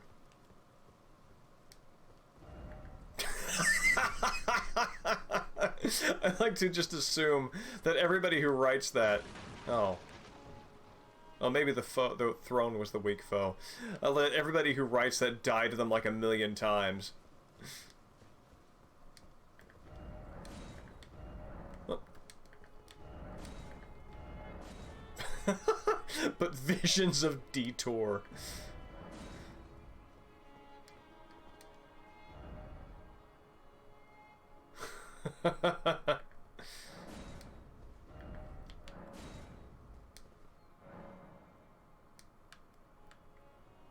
Hmm.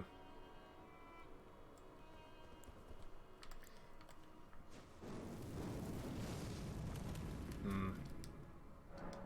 Well, story checks out.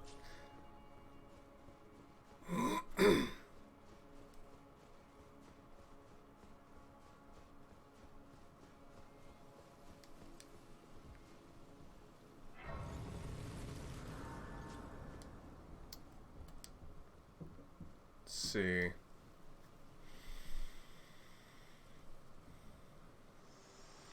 Oh, cool. Hello again, old friend. Allow me a moment to converse with you. You were unable to enter the Erd Tree, no? Prevented by the mantle of barbs.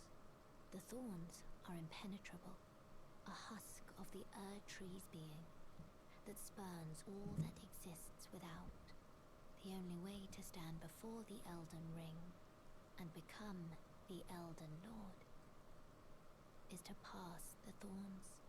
My purpose serves to aid in that very act, so I'd like you to undertake a new journey with me to the Flame of Ruin, far above the clouds, upon the snowy mountain top Yeah. of the giants. Then I can set the Erd Tree aflame and guide you down the path to becoming Elden Lord. Oh, I heard about this elevator. I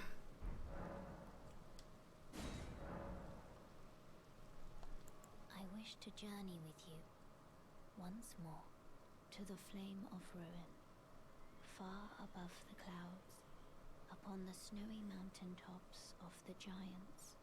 Then I can set the Erd Tree aflame and guide you down the path to becoming Elden Lord. This is something that I like about. I don't think this. I think there are a few other instances where this happens.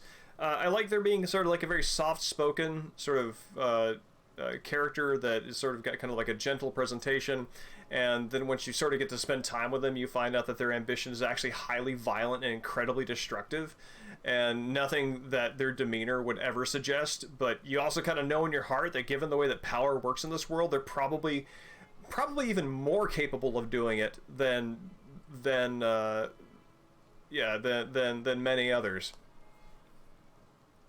Evening, Grayling. It's great to see you. Well, you've been forever. Shall I turn your runes to strength? Let my hand rest upon you.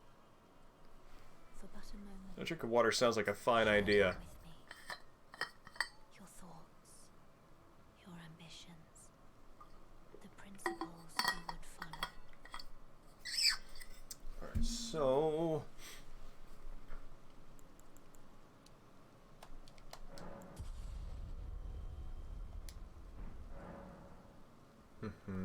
Do I have... Okay. Oh, snap! I didn't know I had that many golden seeds. Yes, I can see that. Oh, I would love to redo Duracine with you on a stream sometime. That would be a lot of fun, especially on the heels of Elden Ring. Space Hamlet, I was speculating on this the last stream, but you know, I keep thinking about which Soulsborne universe, you know, which one of those games Duracine could plausibly exist in. And the more I think about, the more I sort of play this game, the more I think that Duracine probably happened in this world at some point, maybe 100 generations prior. But this is the world that feels the most Duracine-like. I think probably because it has more open, chill spaces, and Duracine has that very slow-paced, elegiac feel. So I think there's probably a mood compatibility that, you know, they match up very well. Yeah, this feels like where Duracine lives.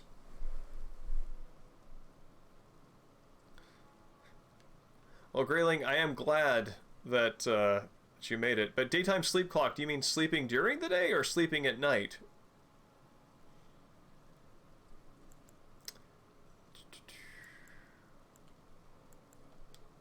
You know, I'm actually really curious. I don't know if Ark is around, but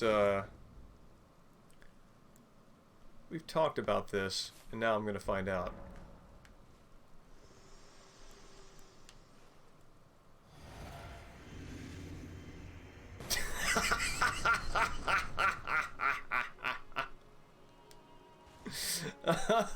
That's great. I'm gonna do it again.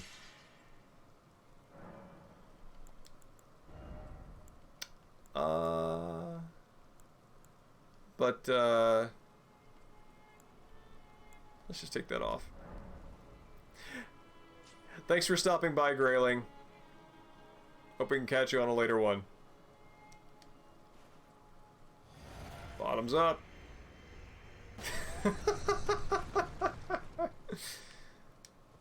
I wonder what happens if I run while I do that. Alright, here we go.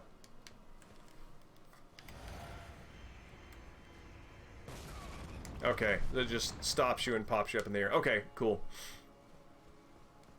I feel like there has to be some, like, some incredibly powerful strategy that involves that weird, dumb, probably jokey action.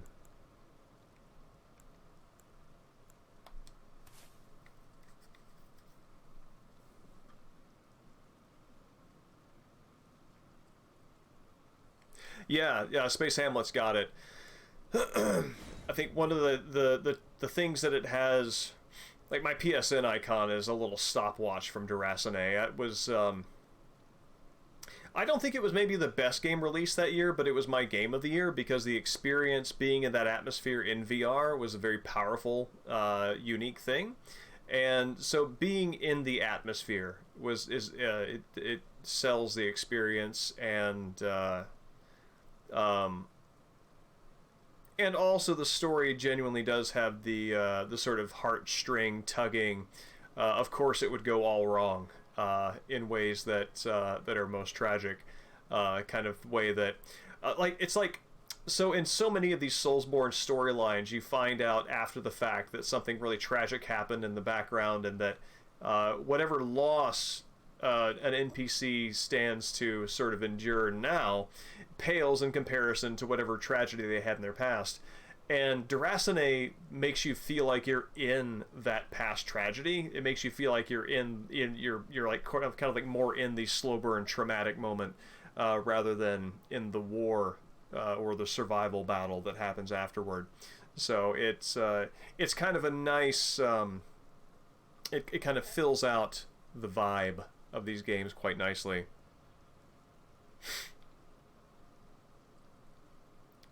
Yes, exactly. Yeah, Hobgoblin, Space Hamlet and I streamed it on here, and I don't know if... that was back when I was really sort of getting a fix on my streaming setup, so I don't know if that stream got preserved as well as it should have. And so I think it would actually be fun to do again, now that I can get the VR set up a little more with a little more sophistication. Actually, all right, so do this. Let's go back to this and see if I can level up that sword a bit more. And yeah, it is short form. I think you could probably speedrun it in under an hour, but it is an item hunt, and the thing that the way that the gameplay makes sense as a uniquely VR experience, I think, is that much of the item hunting involves sort of looking underneath things, moving things aside, kind of like being curious and looking in crevices and cracks and that sort of thing. So that's sort of where it takes advantage of the VR medium. Yeah. I still find it haunting.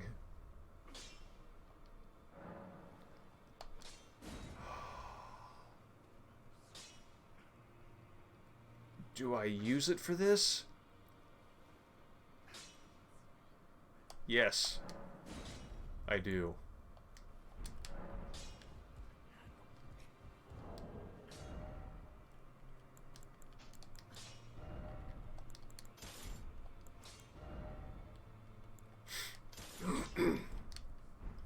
You know, Space Hamlet, I bet since we've been through that before, I bet that we could probably move through it much more quickly and be a little more deliberate about the things we spend time on, and I think that we could probably do a better stream of that a second time through.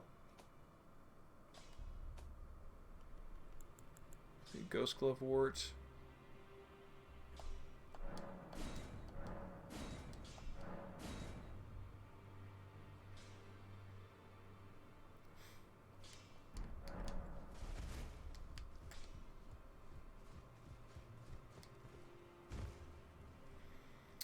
Draconic Tree Sentinel. Oh, I went through the Deep-Root Depths.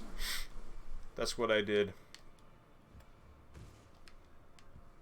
I wonder if... Oh, I got a remembrance. Whoa, what?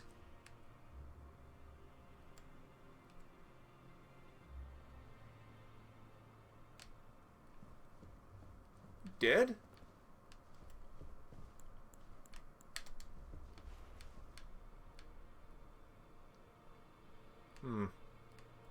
That seems awfully dead.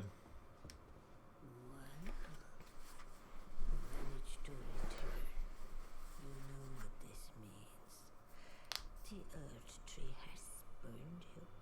The fingers remain still, shaken by this turn of events. They are busy consulting the greater will.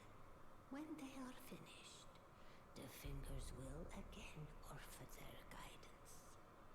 But thousands, if not tens of thousands, of moons must first pass. No matter for me. But you, how will you ever manage to wait? My, oh my.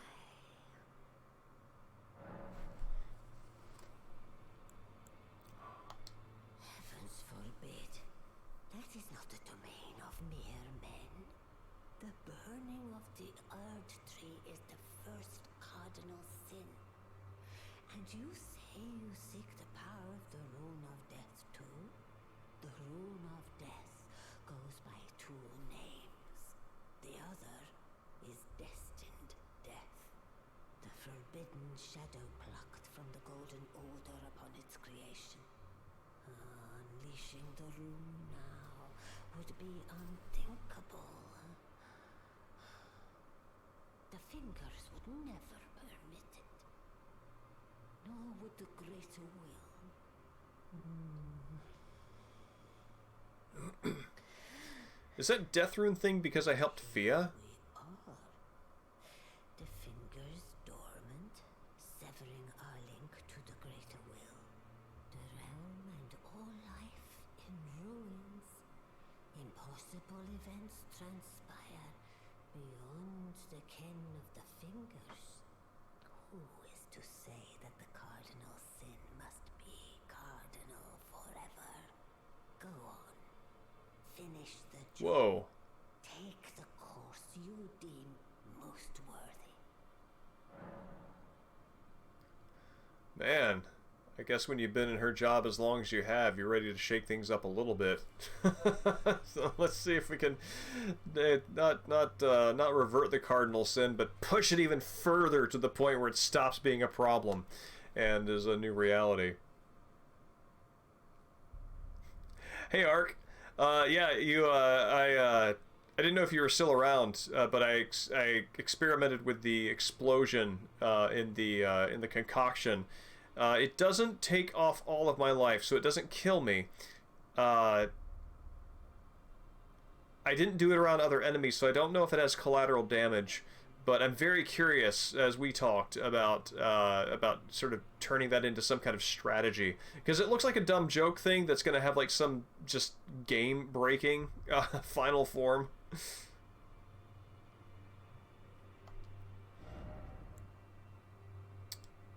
see, that is a great sword. I do not need that. Regal Omen Bairn. Many wraiths that chase down foes. I can go for that. But I don't think I've got anything new here. Nope. You must find kindling. Only the smoldering flame in the great forge of the giants on the highest peak in the lands between can burn the Earth Tree. But special kindling is required to reignite the flame. Okay. I think I know where to go next. To burn the Earth Tree, a sacrifice is needed. Of one who envisions the flame and can lead you to the rune of death. Alright. Is the Rune of Death part of the main storyline, or is that, again, is that because I'm helping Fia? With the, because I gave her Ronnie's, centipede half-moon thing. Now go let the words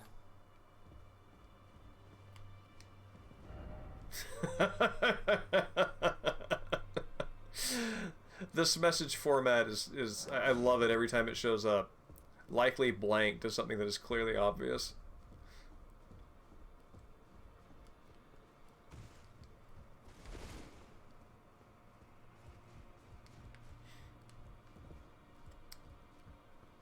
You, sir, with the poor posture, do you have anything new to say to me? You. What is it? Where should I go? If you're heading to the Forge of the Flame of Ruin, in the snowy mountaintops of the Giants, you'll need to find the Grand Lift of Road, beyond the Forbidden Region. Or go if you would. Take no heed of cardinal sin. The Two Fingers lost their purpose a long, long time ago. Wow, man, nobody takes this cardinal sin business very seriously at all. If you're heading to the Forge of the Flame of Ruin, in the snowy mountaintops of the Giants, you'll need to find the Grand Lift of Road, beyond the Forbidden Region. Or go if you would. Take no heed of cardinal sin. The Two Fingers lost their purpose a long, long time ago. All right. So, I don't know if this is exactly going to take me there, but, oh, hey, there's the mark on my map. That's exactly where I was going to go. Cool.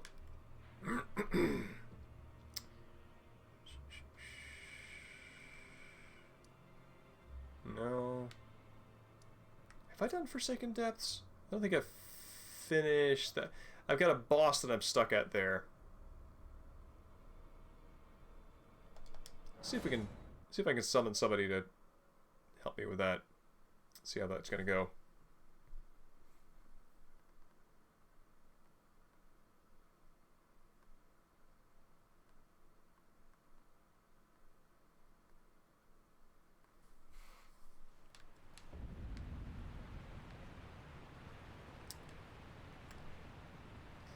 Shunning Grounds is a great that's a great place name. I dig it. I think I got this thing's... I think I got the gates open on this. Okay, yeah. There we go.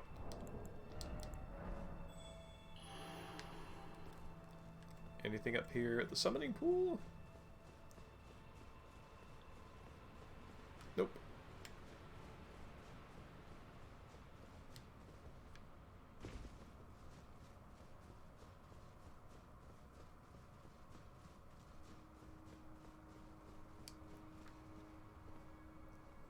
Down here, let's just refresh it.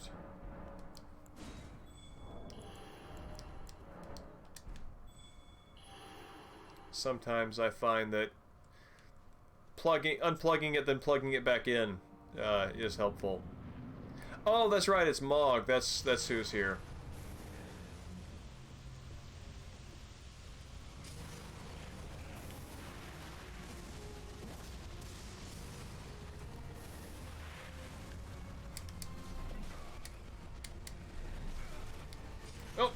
That telescope helps me less than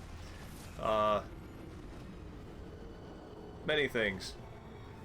I wonder if I can run past him and open that treasure chest that he's guarding without having to actually kill him. It's worth trying.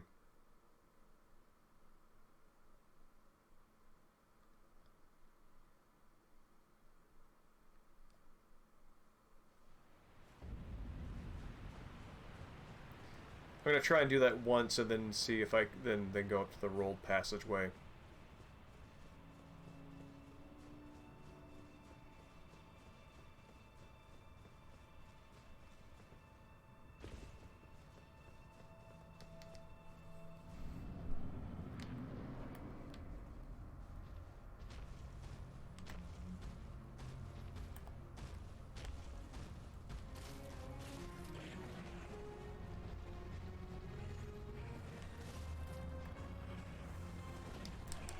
I can! What's in it? Alright. Very good. Still got your stuff. Arid Tree's Favor +1. What does this do?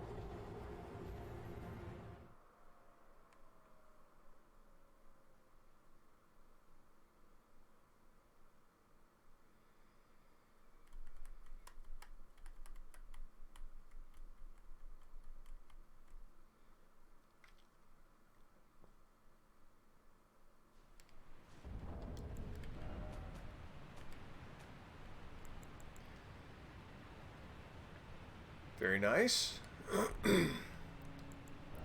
Maybe... doesn't raise it as much, but...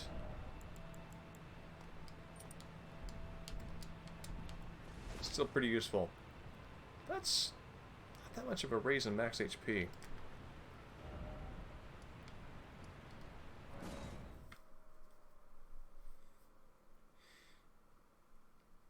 I don't remember if this is the right way to get the best starting point for getting to that marked spot. Of the Arid Tree's Favor? No, I haven't. Excuse me. I have not found one of those before. Excuse me.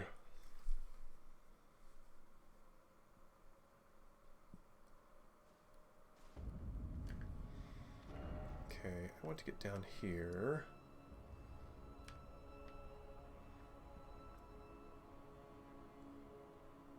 This has me much higher up, I believe, than where I want to be, but let's run down there and just see.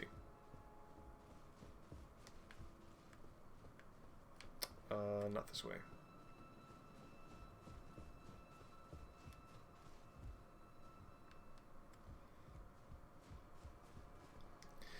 There are a couple of other talismans that I found. The +1 first, I think. One of these here. Yeah, the Dragon's Crest Shield Talisman. Found that one +1 Spelldrake. I found the Pearl Drake Talisman +1 first, and then found the other one later. Excuse me. As a matter of fact, the non +1 of the Pearl Drake Talisman I found after a pretty exciting series of events that I was very disappointed to see ended in in a reward that I already had something better than.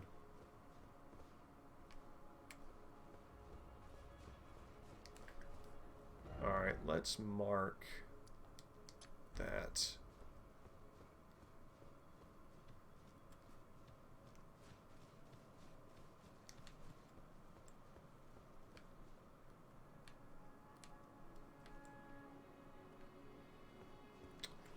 Is it? I think it's out here. Seems like what I remember. Yeah.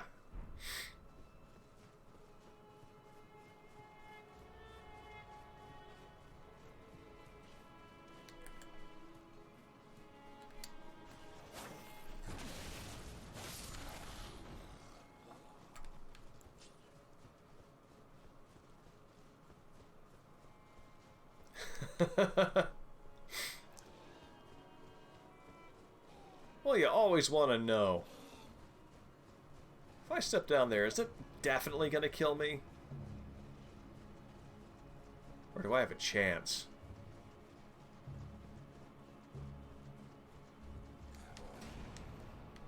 Pull the lever.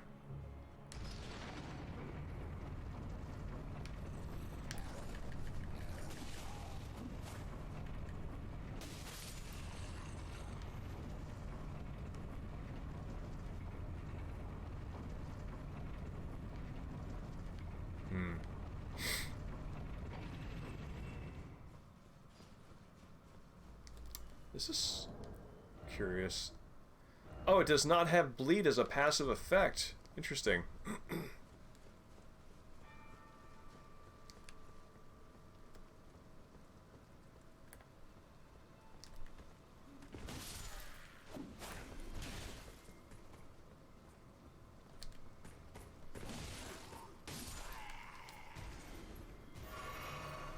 What?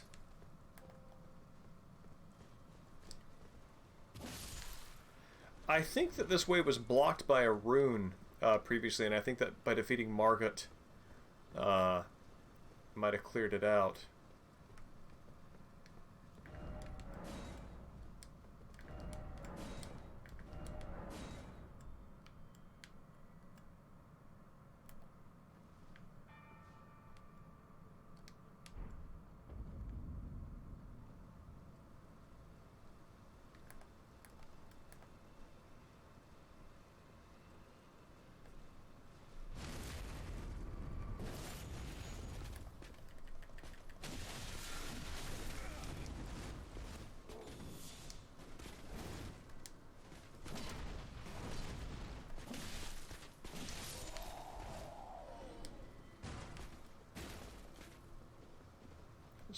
Picking his greaves off him before he even hits the ground.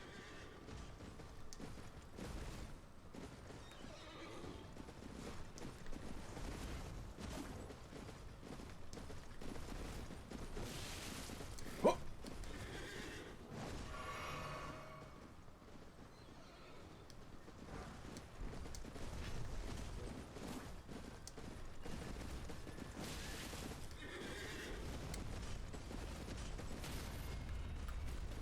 Eat it.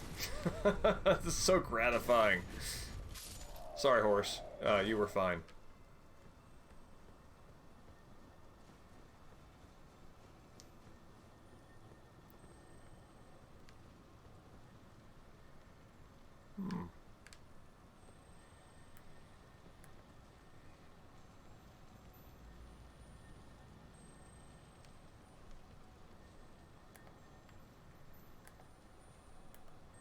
Aw. I'm actually targeting the beetle itself, not his dung ball. What?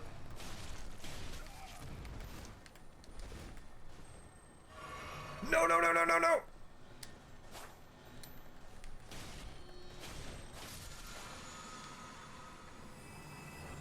Alright. That actually seems like a very small reward for to have harassed him and slain him for. I feel a little bit bad about that.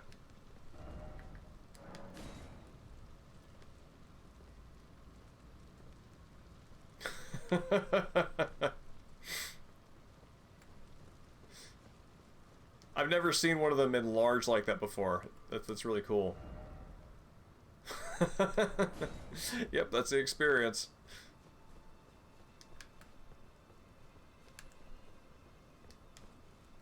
What? How did you die?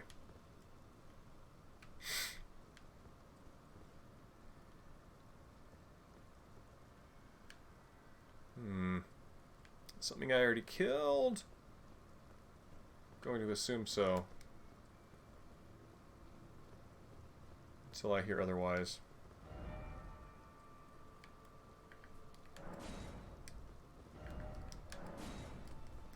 Oh, one of these got switched out. I want this one. There we go. This was my favorite emote from Dark Souls 3. because I could go into high grass when I got invaded and lay down like this, and several times the invader would run right past me looking for wherever I was, and you know, I go make a sandwich and come back and they would still be looking for me. It was really fun. But one time, so yeah, I went off to like refill my water or something, and I came back and I saw the invader kind of walking around the area where I was, and they would stop and look at me, and then they would go away and they would stop and look at me again. I'm like, what are you doing? And then I realized they could auto lock on my character laying down there in the tall grass, and that's what they were doing. They were just very confused as to what they were locking onto, and I figured he'd earned it enough that I just like kind of rolled out of it and slashed at him, and then we got on with the fight. But that was great. I think I have a video of that around here somewhere. I'll look for it. Oh, do you have the mushroom hat on? Oh no, you got the antlers.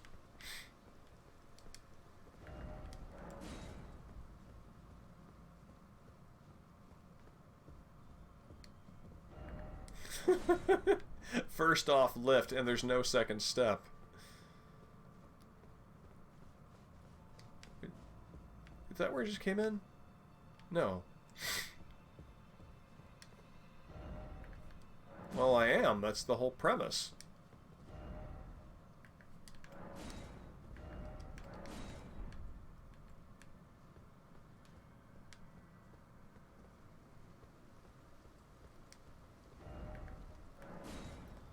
What could this possibly be?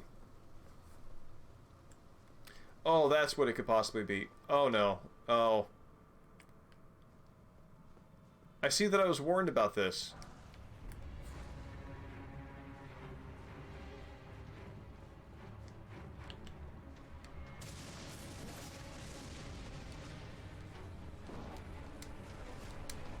Oh, no!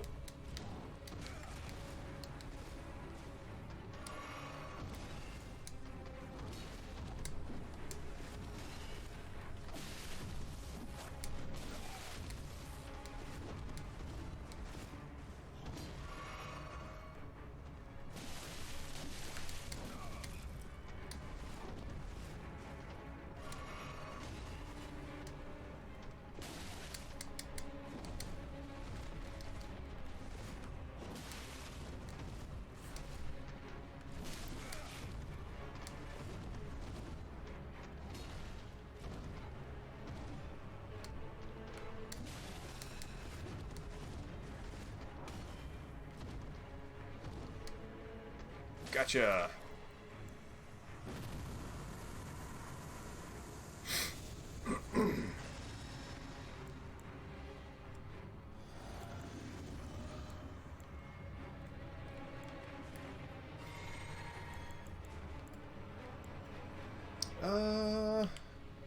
Nope.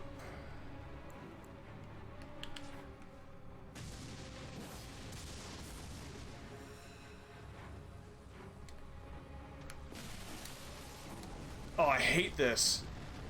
I hate it, I hate it, I hate it, I hate it, I hate it.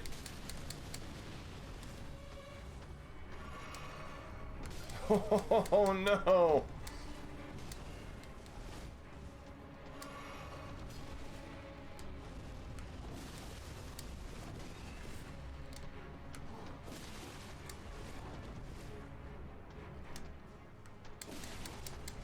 Jump attack is working.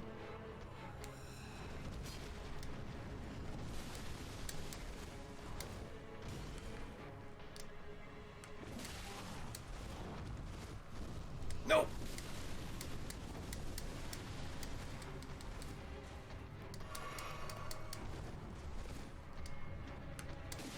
Oh, didn't stagger him that time.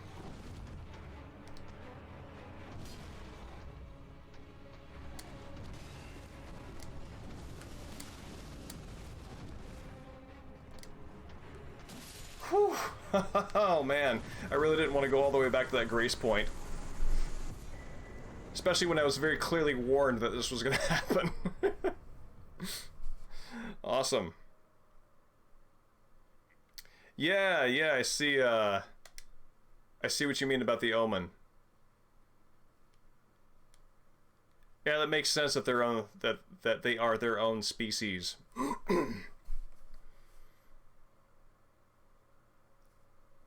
Yeah, I actually haven't used jump attacks very much until I think you told me that jump attack breaks stance better, and that is exactly the problem that I've had with these guys is that they've got pretty high poise, I think. So their poise is pretty good. So I'm able to I just dance around them and don't really stagger them and kind of hope I hit bleed effect. Excuse me.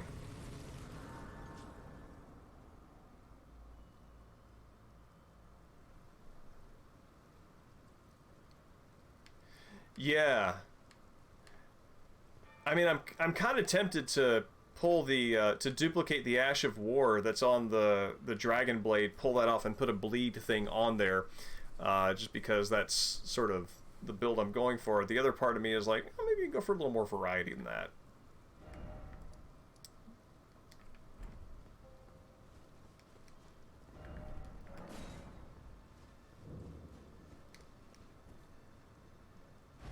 I love how every door. So I was thinking about this the other day. It's like the door animation is pushing outward regardless of the door size. I don't think there's a single door that I open in these outside of like the very small ones where I open up and pull forward. I think they're all push and none of them are pull.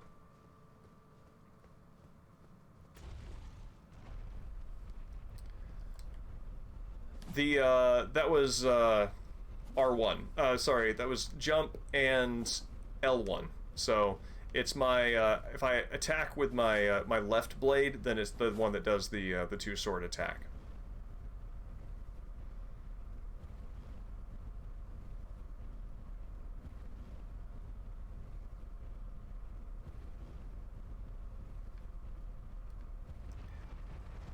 I mean, it's very dramatic. It serves the purpose quite well. Makes that moment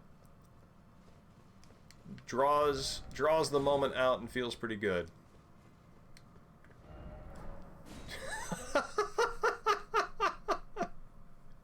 That's great. What? Strong foe. Oh my god, he's right.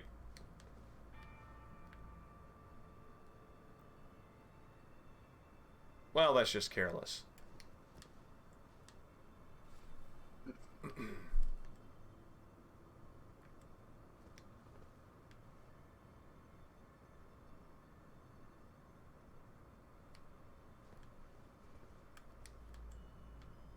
Oh, I see what they're thinking.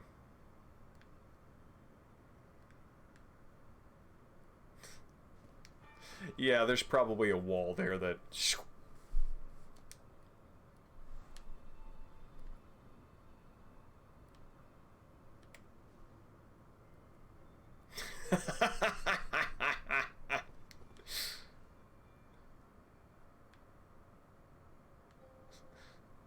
Thinking about it? Really funny.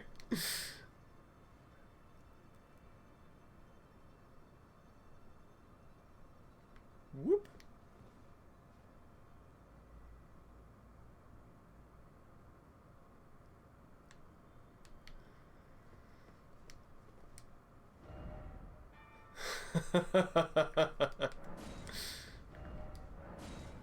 Hole ahead. Yes, the hole is literally the rest of the world. Wow, I'm right next to the tree.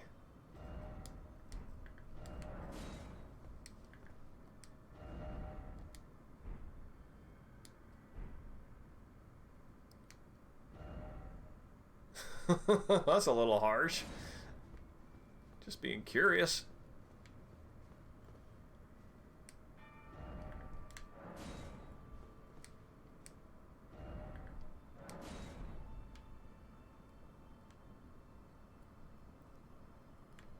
Oof.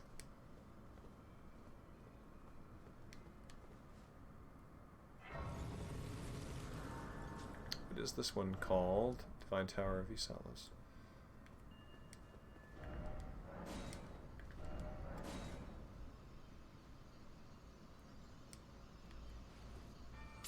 Excellent.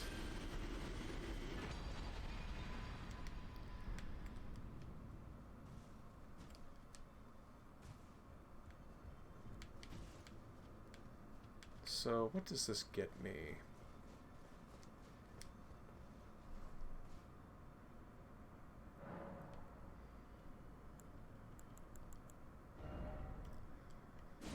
I could have sworn that I got another, like a pouch or something that was like another rune slot.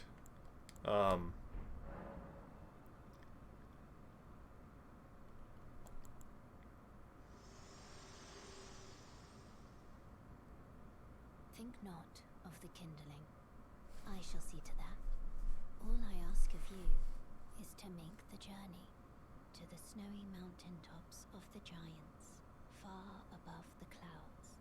I know I'm asking you to commit a cardinal sin, but it must be done to reach the path beyond, and that is the path I wish to travel. What is your mind?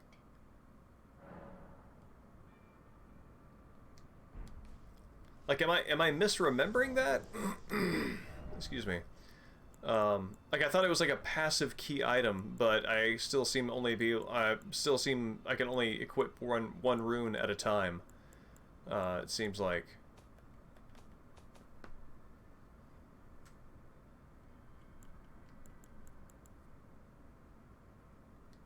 Oh, I must be thinking about the talisman pouch. Okay, nope, that makes sense. Yep, you are right.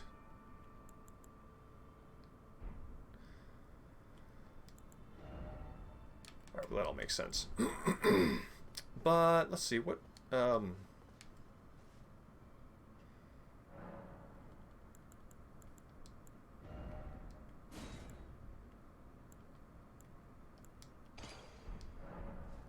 does this get me? So this is a part of this game that I've been kind of confused about. When I have these runes equipped, do I need to use a rune arc to activate them? Because I haven't been using those. Oh, okay. Yeah, I've got like 55 of these things. I might as well just take a look, see what does this look like. Okay, I see.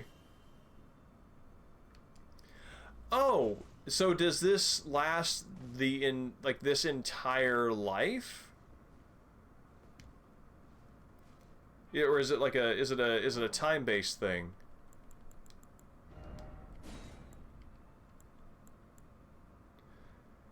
Oh, cool. A humanity. There we go. That makes sense. Okay, cool. So I could have been playing with this stuff all the time, and okay. Attributes, HP, FP, and stamina. Yeah, that's fine.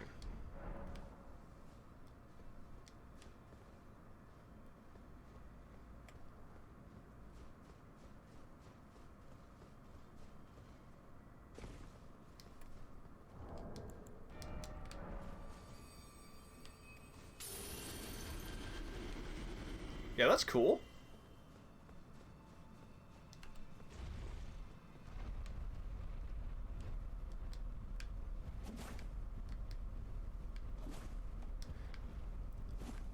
Wait, Godrix gives you 5 to all attributes? Wow.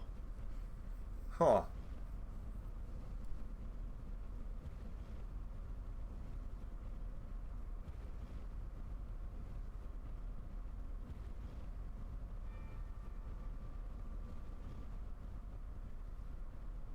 Now we're gonna check. See if there's anything underneath. Absolutely. Well, there is something underneath, and it's a gigantic freaking pillar. They do. And I haven't bought any of them because I haven't been paying attention to this mechanic.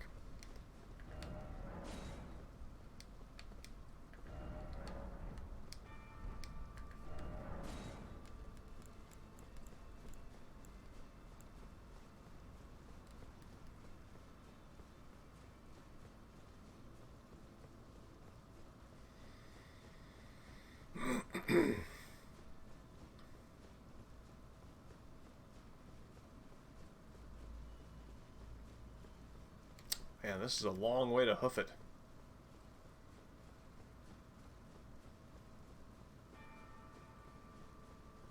Yeah, I think that's neat too.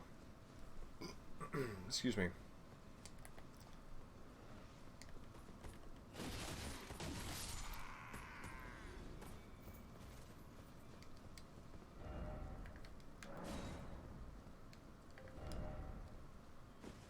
Alright, let's take this lift.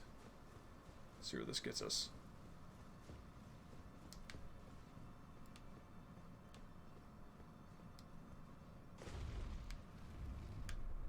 Oh wait, what? It's going down? I thought I was going up. It's going to some sort of giant mountaintop. Seems not. Whoa, wait, what? No. What?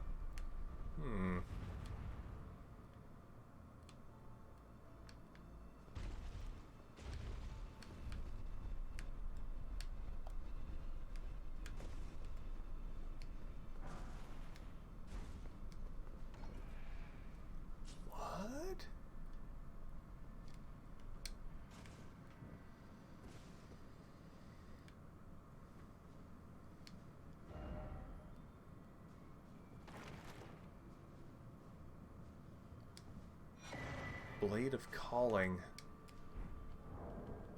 What is this?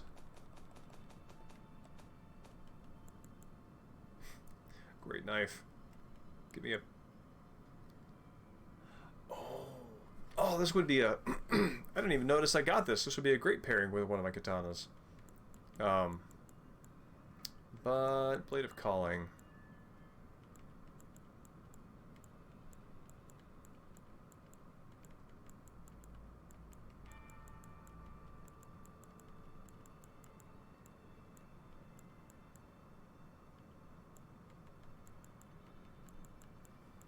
I think I passed it. There we go.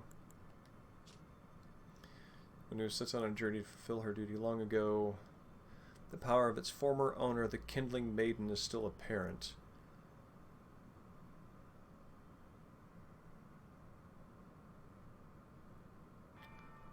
Oh, is this Melena's?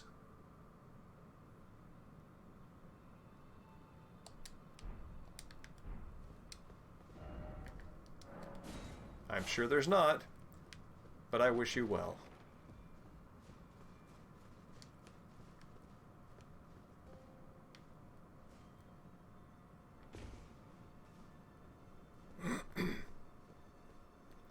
Yeah, well, I always kind of assumed that I mean, I don't assume this about every character, but many characters do not seem to appear to me in their physical, corporeal form. Like their bodies or their physical daily lives exist somewhere other than where I happen to meet them. So I guess it's interesting if Melina needed my help to get this far and to get past this barrier, then, and if her stuff is located on just this other side of the barrier, that might have suggested that whatever her journey has taken, because she clearly has some sort of, like, she is not totally a physical being, that maybe she failed in her journey and it ended here, and that was as far as she could get, so she has sought our help, is kind of the story that I'm piecing together.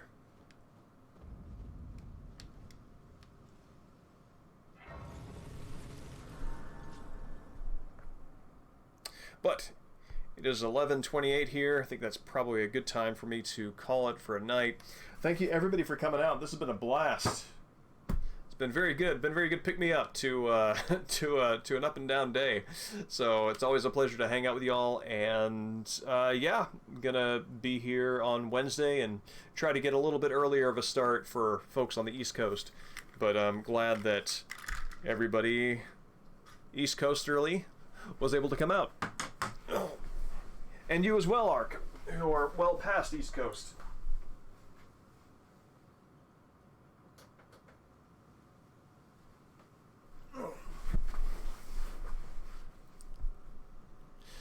Good night.